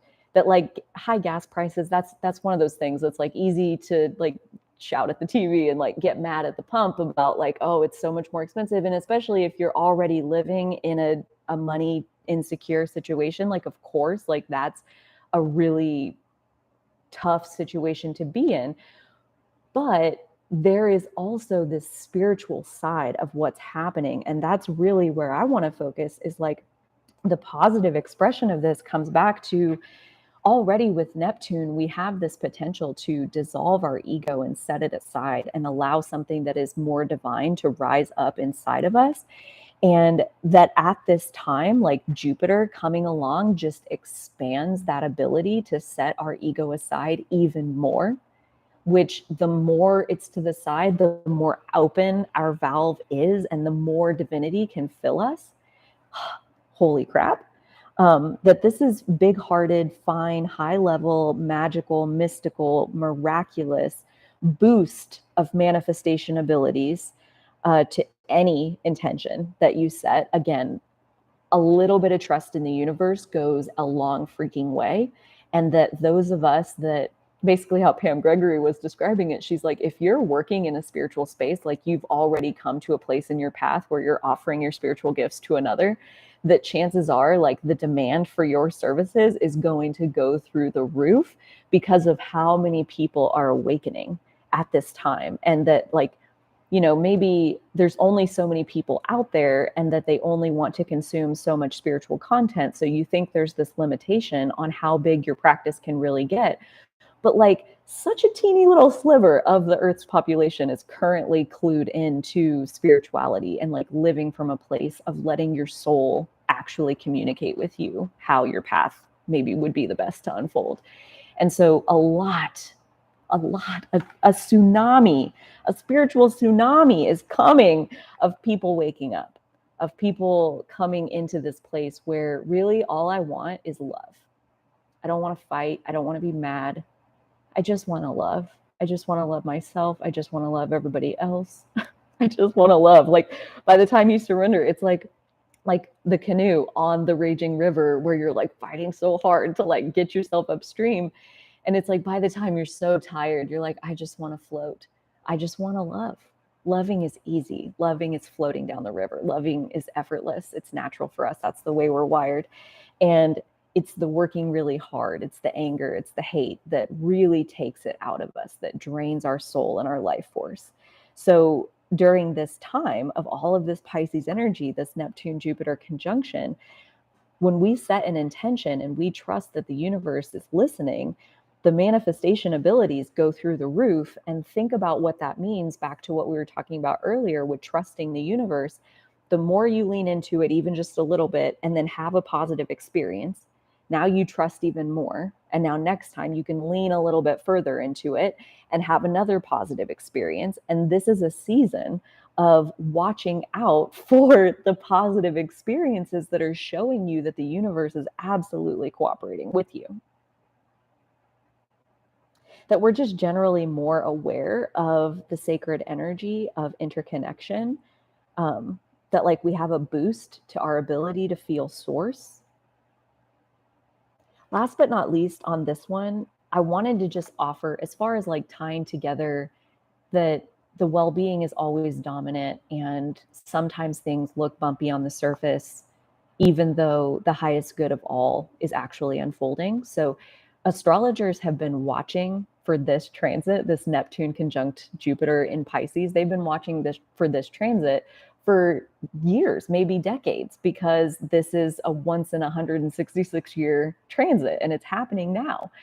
And they were predicting this whole entire time that it will be a tsunami of spiritual awakening, that the rush of compassionate energy through our planet at this time will be unmistakable. It's unlike anything we've ever experienced in our lifetimes, literally. Lifetime, I should say, because it did happen 166 years ago.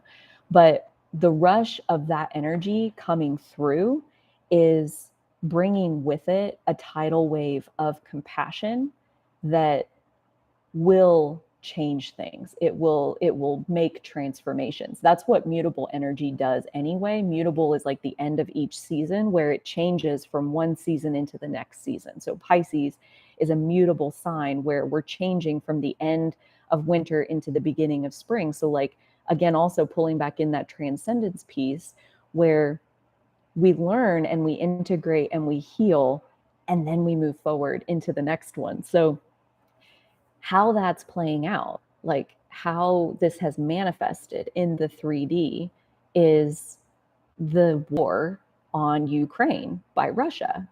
And the wave of compassion that has been triggered by this action on behalf of like a bully. And it's not Russia, really, right? Let's not get that confused. It's one individual, I'm going to say. And that thanks to that one person's actions, that the entire world is enlivened and interconnected in a fabric of compassion that's stronger maybe than it's ever been on the planet. that like there are more people who are awake and aware of compassion than there ever have been, that are practicing, or at least trying to on a regular basis, unconditional love, that says like, I don't need to know someone to love them, to want good things for them, to want peace for them. Like, when we go through something that we don't want, it just helps us get clearer on what we do want. And so this transit of Neptune conjunct Jupiter predicted that compassion levels on our planet are going to go through the roof. And I think war is one way to make that extremely clear. And it has drawn it to the forefront, where we are getting to decide, do you want to choose the old, or do you want to choose love and compassion and following the call of your heart? And I think at this time, like obviously the transits, they're not our destiny, they're not our fate, they don't tell us what to do, but the chance of people listening and going with the call of their heart is elevated at this time, unlike anything we've ever experienced in our life. So that is the end of Jupiter conjunct Neptune. And now I'm going to reset for just half a second.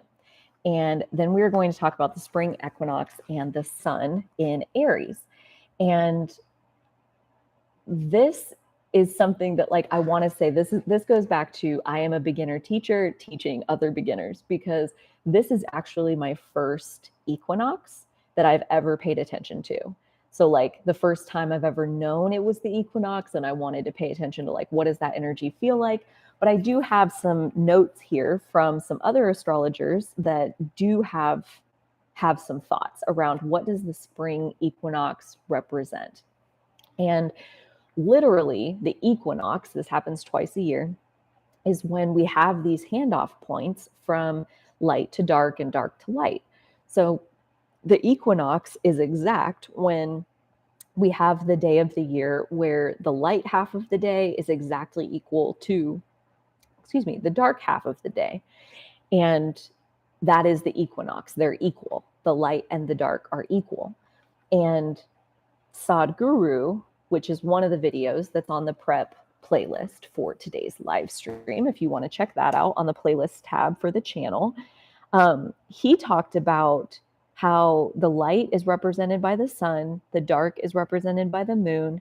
The sun is the divine masculine, the moon is the divine feminine, and the equinox is the day of the year, the 2 days a year, where those energies are completely balanced on the planet. That's not to say that we within ourselves might still be out of balance.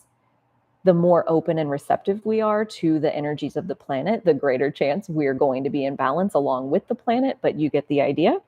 So I thought that was like just a really interesting perspective, especially since it was kind of a synchronicity for me personally, because balancing masculine and feminine is something that has been coming up a lot for me lately, including in the conversation that I had with Maddie, that was the first episode of Heart to Heart. So that's a new series on the channel where I'm going to have conversations with people about all kinds of spiritual subjects, and really just come at it from a loving, curious, expansive place and have a heart-led conversation. And the first episode with Maddie, it was extremely unplanned, and we covered a ton of different subjects, but a big one that came out of both her past life regression experience and my past life regression experience had to do with balancing masculine and feminine, and how we both contain, or we all contain both of them. And that to be balanced as a human individual, we have to heal and integrate both masculine and feminine energy to be whole and whatnot inside of ourselves. Thank you, Maddie, for putting that link in there for Heart to Heart. So yeah, feminine and masculine, that's represented in this equinox period. This next piece came from a video by Ask Angels with Melanie, is the name of the channel. This was the first time I had listened to or found her channel, but I really liked it. And she got super excited, like in a really nerdy, adorable way, about how equinoxes are portals of transformation. I was like, whoa. I like the sound of that. So yeah, I thought that was pretty cool. And her video was kind of all about how this energy, it brings in the ability to shed the old and go with the new, and to, you know, like leave the dark behind and move towards the light, and like really put it all together. And then this last piece is from Pam Gregory's video on spring equinox. I think this was, she did like a conversation stream. It was her and a guy. And they talked about the spring equinox, but it's on the podcast, or it's on the playlist also. But she talked about how the equinox, the spring equinox specifically, is the most geomagnetic time of year.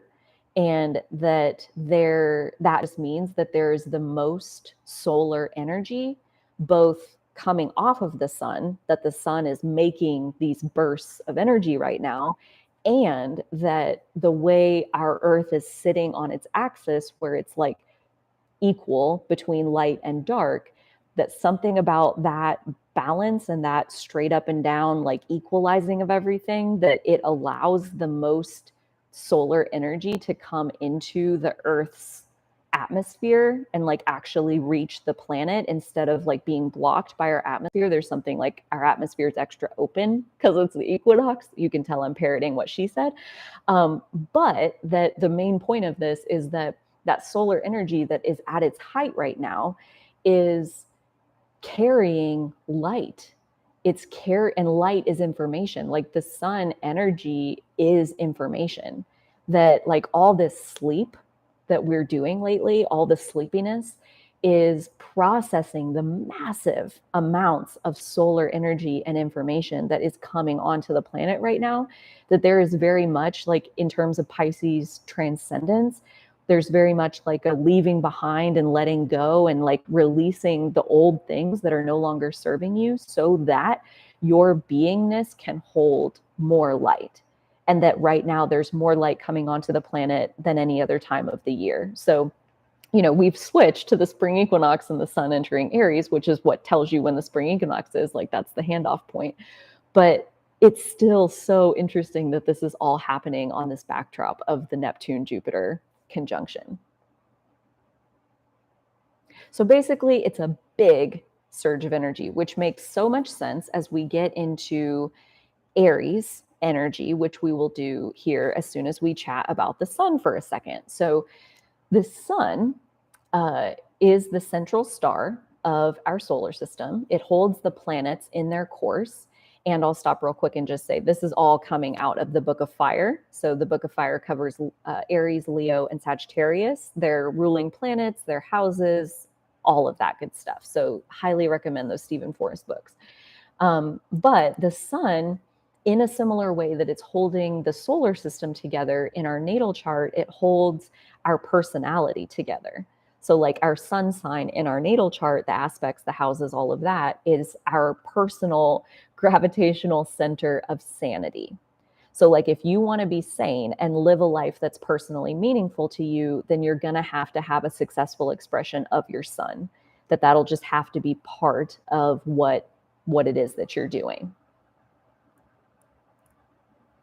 The sun is also like the tiebreaker. So like inside of yourself, for example, if you're torn, you're like, you know, half of me wants to go this way, half of me wants to go this way. The sun is the deciding vote that will say like, okay, great, we're going with this one. And then the other half is gonna, I don't want to, oh my God, what are you thinking? How could you do that?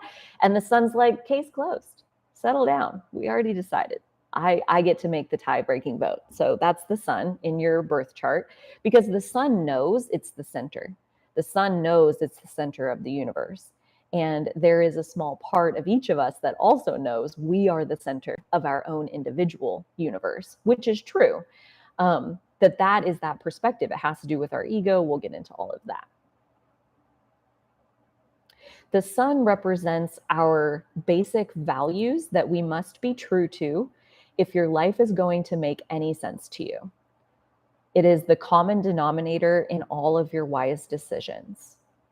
It's also values that suit your evolutionary journey. So the sun sign, and this is what we're going to look at here in a second, is it's an evolutionary path. It's just all the different ways that you can incarnate on this planet and come back and add to it and expand it and do even more and add even more improvement to it. Which option are you going to take?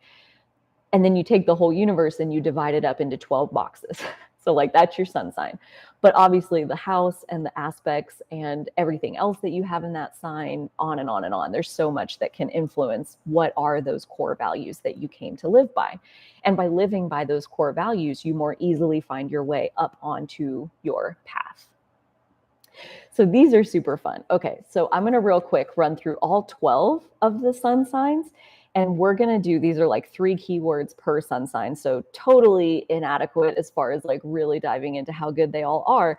But it's like, if you were going to turn your sun sign into your guiding star, like 2 or 3 key guiding values that will keep you on this path of like living a meaningful life. What does that look like for each sun sign? I got a whole nother set of these later. It's going to be so fun. Oh my gosh. Again, coming out of the Book of Fire, and just for extra fun to help us see the elemental patterns between the signs, I'm going to do all 3 of the fire signs, then the air signs, so they'll seem kind of random order, but I'm grouping them like that. So you can see that the fire signs, they all kind of sound alike. The air signs, they sound alike. You start to get a pattern. Okay. So guiding stars, the guiding star of each sun sign. So if your sun is in Aries, in your natal chart, happy almost birthday, by the way, but your guiding star is courage, directness, and the right use of force. The Leo guiding star is forthrightness, creativity, and spontaneous self-expression, also very much shining in like a theatrical kind of way, either with an actual stage or not. And the last fire sign is Sagittarius, and that the guiding star is faith, belief, commitment, and stretching your mind and beliefs. So then going back to Taurus for all the earth signs, Taurus guiding star is calm simplicity, accepting what arises naturally.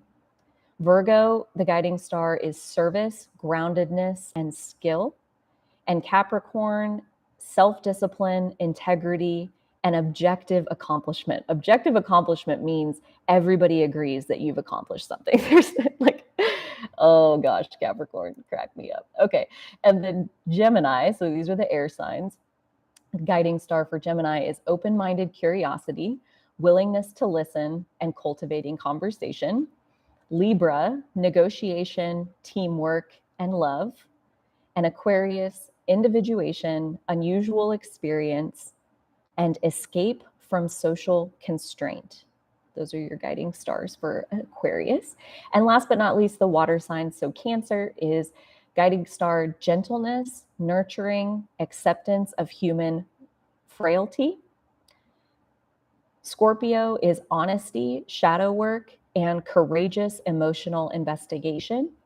And Pisces are guiding star meditation, surrender, and mystical experiences.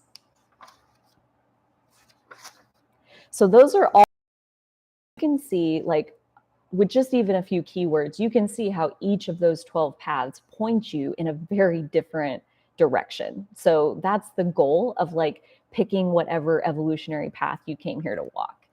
The shadow side of the sun, this is again going back to, there's a part of us that knows that we're the center of the universe, and that can actually play out in a healthy way if it inspires us to be allowed and like give ourselves permission to go with the flow of what we really want and to shine our light in the world in the way that lights us up the most. If we can get ourselves to do that by whatever means necessary, that's where we come back to this idea of having like a strong, healthy ego. That's what lets us push ourselves out into the world and say, hey, look at this light. I have this light over here. But if we take that too far, the shadow side is that we can become arrogant. We can think that we're not only the center of our universe, but the center of the whole universe, which is obviously not true. That's the sun. But even to go so little maybe as to think you're the center of somebody else's universe, like your partner or your child or your friend or your parent or your grandparent or whatever, that like that you are the center of their universe, that they should be cooperating with what you want. And again, Stephen Forrest in the book goes through like, my planets can't orbit your sun. Just like if you're a parent and you have kids, like your kids' planets can't orbit your sun. The kids' planets got to orbit their own sun. The kid is the center of their own universe. Like that's true for all of us from the moment we get here. Who are you really? And this is meant to be a deep question. And he introduces that, like, if you have hard sun aspects, or if you're having like a hard transit to your sun, hard transit would be something like one of the malefics, like Saturn or Mars, maybe are squaring or opposing your natal sun, or maybe you just have that in your birth chart already, that you can have lots. And this is where he starts talking about that. I was like, wow, I think I maybe check all of these boxes. Lots of self-distortions. And self-distortions can look like things like denial, repression, compartmentalization, selective memory, social conditioning, and absorbing those external expectations, sexism, racism, homophobia. All of these things can lead to self-distortions where you do not see yourself accurately, either on the arrogant side where you have an overblown sense of self, which can totally happen, or on the underdog side where you're not giving yourself near enough credit. So those self-distortions are things to be aware of, because, even if you're not living with it normally, a transit to your sun that brings in one of those harder planets in a harder aspect, like it may come up out of nowhere and all of a sudden you're like, who am I? Like maybe that just means that you're having some kind of transit to your sun, where the sun is very much the center kind of core piece of our identity.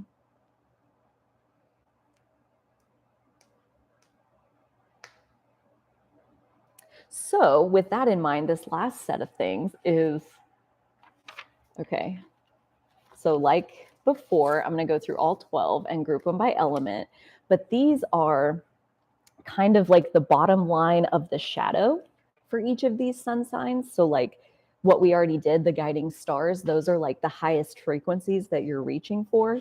And then this is the moment of truth, temptations to recognize. So if you have these sun signs, this is where you're going to recognize, hey, I think I'm going in the wrong way. So not a judgment of yourself, not, oh my gosh, I'm a bad person now.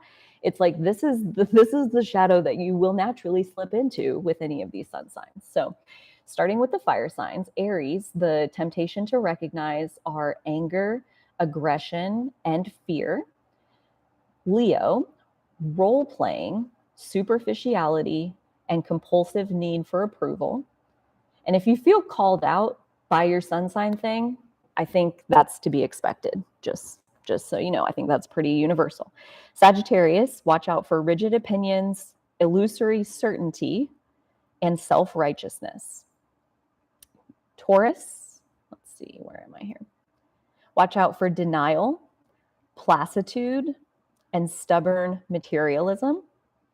Virgo, watch out for self-doubt, endless preparation, insecurity, and loss of perspective. And Capricorn, watch out for control issues, repressed depression, and stoic long suffering. Gemini, watch out for mind games, dithering and distraction, attachment to intellect, and defensiveness. Definitely called out by all of that. Libra, watch out for codependency, dithering indecision, overcompromise, and a compulsive need to be liked. Aquarius, watch out for going along with the herd, dissociation, alienation, over-identifying with intellect. And last but not least, the water signs, starting with Cancer, watch out for self-indulgence, hiding from life, whining, and compulsion to rescue whiners. Scorpio, watch out for generating unnecessary psychodramas, which just sounds like intense, vengeance, and mistrust. And Pisces, watch out for absent-mindedness, becoming a ghost in your own life, ungrounded idealism, and becoming vulnerable to escapism. Yeah. So that was a lot, but I hope you guys enjoyed the sun and all of those different evolutionary paths and the road signs of kind of what to watch out for. So I am going to go through Aries next, and we'll wrap up with Sun in Aries. So Aries is the home temple of Mars. It is a masculine energy, being a fire sign. It is a cardinal sign, which means that's the modality. The three modalities are cardinal, fixed, and mutable. And the cardinal modality is the beginning of each season. So the cardinal sign is the one that begins each season. So Aries is the beginning of spring with the vernal equinox, the spring equinox. It also represents new life. It is a fire sign, but unlike Leo and Sagittarius, it is raw and primal. Primal is kind of the key word there. That Aries, this is out of all his whole chapter about Aries in the Book of Fire. This is my favorite part that really stood out to me. Aries is where we learn to claim what's rightfully ours. I'll read that again. Where we learn to claim what's rightfully ours. And so Libra is the sister sign of Aries, the opposite, if you will, of Aries. And specifically, Aries rules over situations where compromise is not possible. So like, let's say we are all, monogamous people, and there's two guys in love with one woman, and the woman will only get to be with one of the men. So in that situation, there's not really a compromise that says like, well, I'll take her this week and then you can take her next week. Like, that's not really how we're going to slice up that pie. So he's like, Aries rules like partners, like in that sense of where like you're going to have to pick one, and Libra rules pies. So like in the part before, where Libra was like negotiation and compromise and all of that. So like pies can be cut, inheritances can be cut. Like you can chop that up however you need to, however you can come to a compromise, and like everybody can be as happy as they can be. On the Aries side of the spectrum, we are claiming what's rightfully ours. There is not enough to go around. It is, this is where we get back into the primal side of it.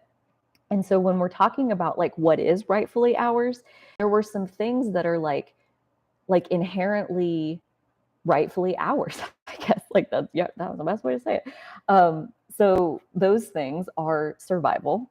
Like we deserve to survive. We deserve to exist. If we're here, we deserve to exist, period. That's not up for debate. We deserve to take up some space. We deserve to win sometimes. And we deserve to fight for our rights and fight for what we want. And so Aries, a word that often comes up when we're talking about Aries is selfishness. And selfishness, again, is one of those words like delusional that has a really mean connotation to it. It's usually intended as an insult. And Aries is technically selfish because it's the part of us, it's the primal part of us that says, if I have to, I will fight to survive. If you're threatening my life, I will defend it. If you're going to threaten my kids, I will defend them. I will fight you. I will get in between you and my spouse. I will die for them because nope, you're not going to mess with this. This is rightfully mine. I have a right to this family that's mine, and I'll fight to defend it. That's that Aries side. Like also a lot of times like Aries can get mixed up with like, or like a good word for it is warrior, but then you think it's all fight. It's just like, they just want to fight just to fight. And it's like, no, it's like that Aries part of us is where we know that there are things that are important enough to us to fight for, to claim what's rightfully ours. So he gives a really beautiful analogy, I thought, was like, so Aries is a springtime sign, but when we think of spring, it's usually like, birds chirping and flowers coming up and springtime rains and rainbows and, like happy faced Hallmark cards. And he's like, I'm going to paint a slightly different picture. So you do come outside and there are birds chirping and you find a nest of baby robins that have hatched out of their little blue eggs and whatever. And that these baby robins, like they are literally helpless in the world. And yet, like, they could be prey. They could, like, any predator could easily come along and, like, eat these baby robins. And yet the baby robin, instead of being afraid and hiding over there on the side of the nest, is got its mouth wide open, is yelling, screaming, demanding, where the fuck is my breakfast? I'm hungry. If you don't feed me, if you don't feed me, I'm going to kill somebody and eat them just so that I can, like, the little baby robin is yelling about how it needs to be fed. It's demanding to be fed. And he's like, you know, you could take action movie after action movie. And I think that little baby robin embodies Aries energy better than any burly masculine man, because it's claiming what's rightfully yours. It's standing up for what you need to survive, regardless of what that's going to bring. And he actually says, like, you know, courage is not always rewarded with survival. So, you know, this is where we get back into, like, kind of life, like the primal nature of life itself, like the miraculous nature of life itself. Is that Aries is very much like survival of the fittest, like eat or be eaten, that either you are hunter or prey, and which one do you want to be? So, like, Aries is that part of us where we choose life, we choose to live. And he actually says in the chapter that the deepest, darkest shadow of Aries energy is suicidality. Like, the opposite of the highest frequency of Aries, where we choose life, is where we actively choose death. That's the shadow part of Aries, which I found very interesting. Aries is our primal instinct for what is worth fighting for us personally. So again, that's very much like a personal question as far as, like, what's important enough for you to lay down your life for. And next, I mean, Aries definitely calls to mind, like, all this talk of fighting and everything else. Like, there's definitely a lot of violent imagery. And he's like, you know, in the circle of life, violence is a question of perspective. So he paints this picture of these wolves who are stalking these, what was it called? What did he call caribous? And they corner a baby caribou and they bring it down, and the mama caribou is looking and she's heartbroken because, oh my God, like, my baby just died. And, like, that obviously is devastating. And then you flip perspectives, and those wolves, they take the baby caribou, their kill, back to their den, and they feed their starving wolf cubs. And their wolf cubs were starving, and they needed to feed them so that they could survive. And it's like, which one is going to survive? The survival of the fittest. The ones who choose life most aggressively will survive most often. So that, I thought, was like, wow, you know. And that's where he goes on to talk about killing and living are forever linked. And he's like, even if you are a vegetarian or a vegan, he recommends The Secret Life of Plants so that you can recognize, like, that is still killing. Like, tomatoes, like, even if you're murdering a tomato, like, you're still murdering a living thing. And that while it may be easier to, like, kill a tomato than to kill a fish, and maybe it's easier to kill a fish than it is to kill a cow, like, moral relativism is what Aries is asking for from us. And that if we don't accept that, then you die of starvation somewhere along the way. That, like, you have to believe that you deserve to live in order to live. Like, it seems like a really fundamental concept, but I think it is worthwhile to, like, boil it down into those simpler words.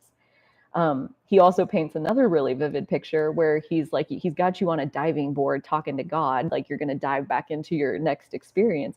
And he's like, all right, so we're going to stage this out, and you get to choose from these two roles. Either you're going to be the hunter or you're going to be the prey. Which would you like? And if you can't decide, don't worry, we'll decide for you.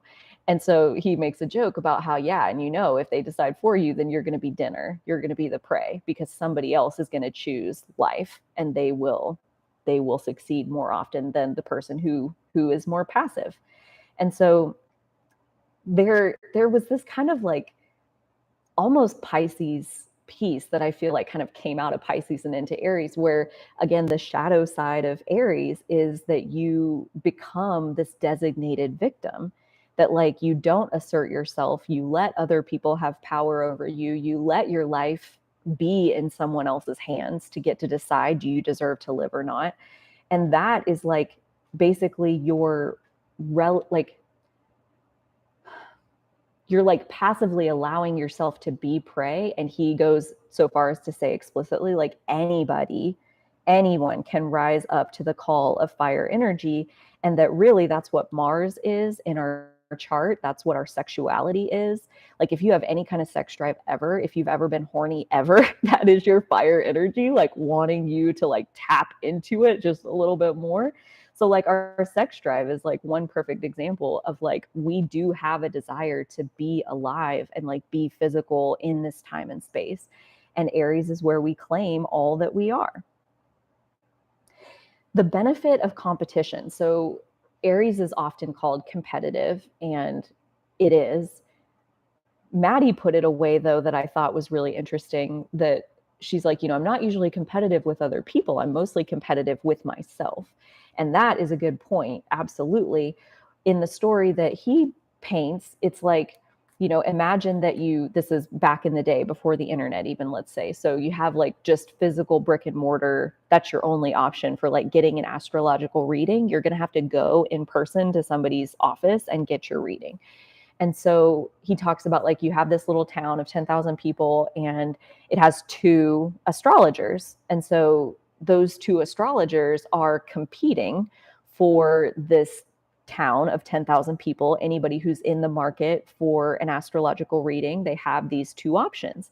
So, there's this drive of like, this one wants to be better than this one, and this one wants to be better than this one. And they're both competing for the same finite 10,000 people. And he's like, so who wins in the competition if, on this unfolding, this drive to excellence of, this astrologer getting a little bit better to beat this guy, and this astrologer getting a little bit better to beat this guy, and all of that. And that's still happening even on the internet. There's just a lot more of us now. Who wins inside of all of that? Does this astrologer win? Does that astrologer win? Does somebody else win? Yes, somebody else wins. The community wins, because me being here inspires this guy to get better. That guy being there inspires me to get better. And in both of us getting better, we are reaching for the best that we could possibly be. We are reaching for claiming with gusto everything that we are, throwing every ounce of our heart into what we're doing to be the best we can be. The community wins. And I'm like, that is freaking gorgeous. That's amazing. As far as like, of course, competition is a good thing. Of course, you don't want just one astrologer who's like lazy and slacking off and is like, yeah, like this is the one word for Aries and that's all I got. Like, no, you want somebody else who's like, hey, over here, I got 10 words for Aries. And now, no, I think I can come up with some more. I can try a little bit harder. Competition is a very good thing. It lets us not rest on our morals. It makes evolution and expansion more likely, which is what we came here for to begin with.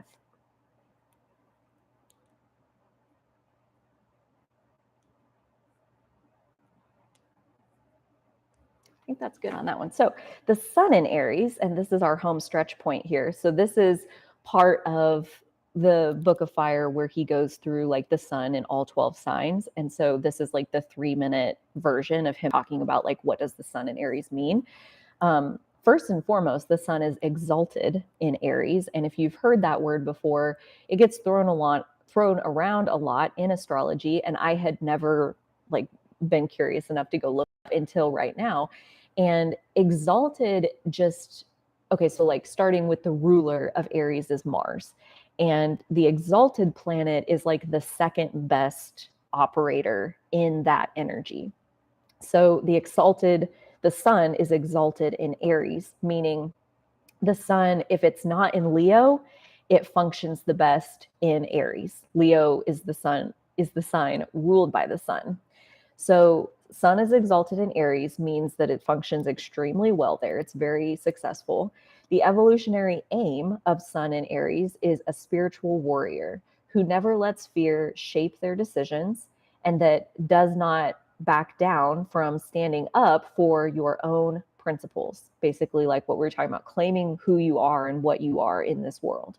That I am statement that's often associated with Aries. The core values, going back to the sun, and the sun is our guiding star. So the core values of Aries are courage, which for a second, courage does not mean fearless. Fearless is a psychotic state, is what Stephen Forrest called it. Fearless is not real. Courage means that you're afraid and you find a way to move forward anyway, because what you're moving forward for is important. So like the mama bear who is, or let's say like the mama wolf who's fighting the mama bear because the bear is messing with her cubs. Like the wolf is way outmatched. Of course it's afraid. This isn't a smart fight. It's not a logical move.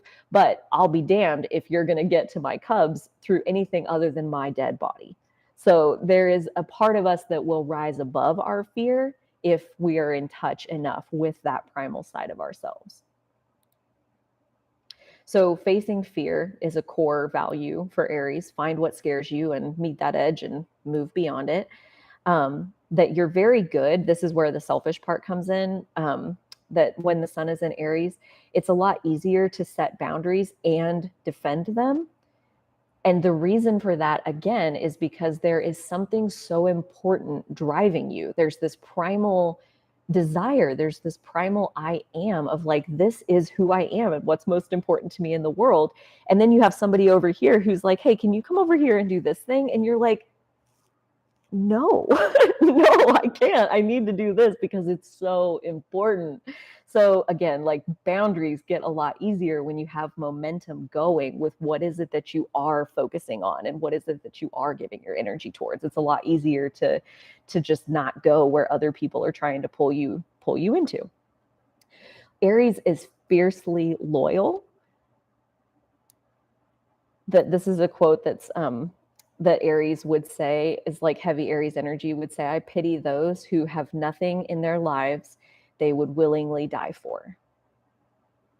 That's where Aries gets the, it's our inner warrior. That's like war itself is very much associated with Mars. And so, yeah, like Aries is that part of us that would die for our family because we love them that much.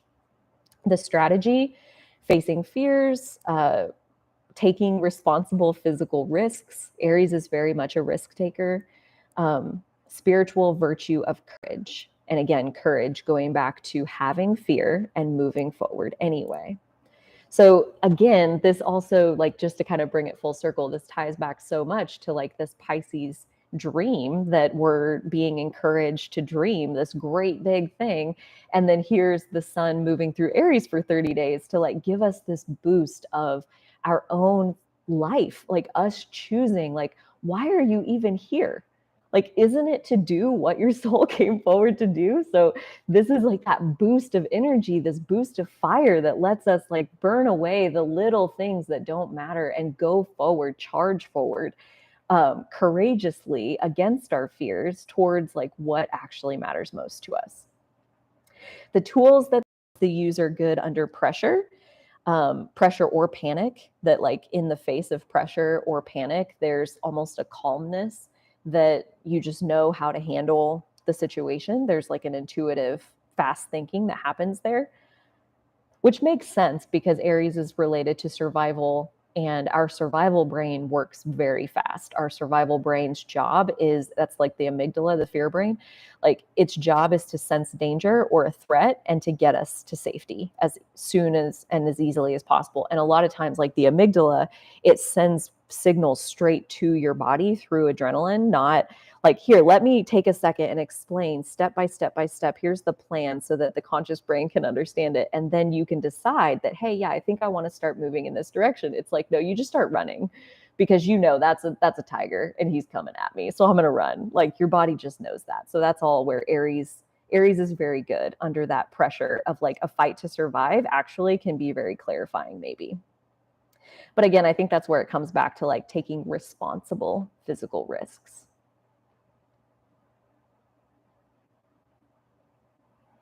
Okay, so then the show of this time, and again, similar to what we talked about with all of that energy in Pisces, kind of just amplifies whatever Pisces frequency you're normally dominantly on. This is very much the same. So the shadow side of Aries is that there can be an imbalance between enough and too much force, intensity, fight, force. Twice. That like fighting isn't always winning. that sometimes the way you win is to just walk away. That like, you don't have to kill the thing to claim yourself.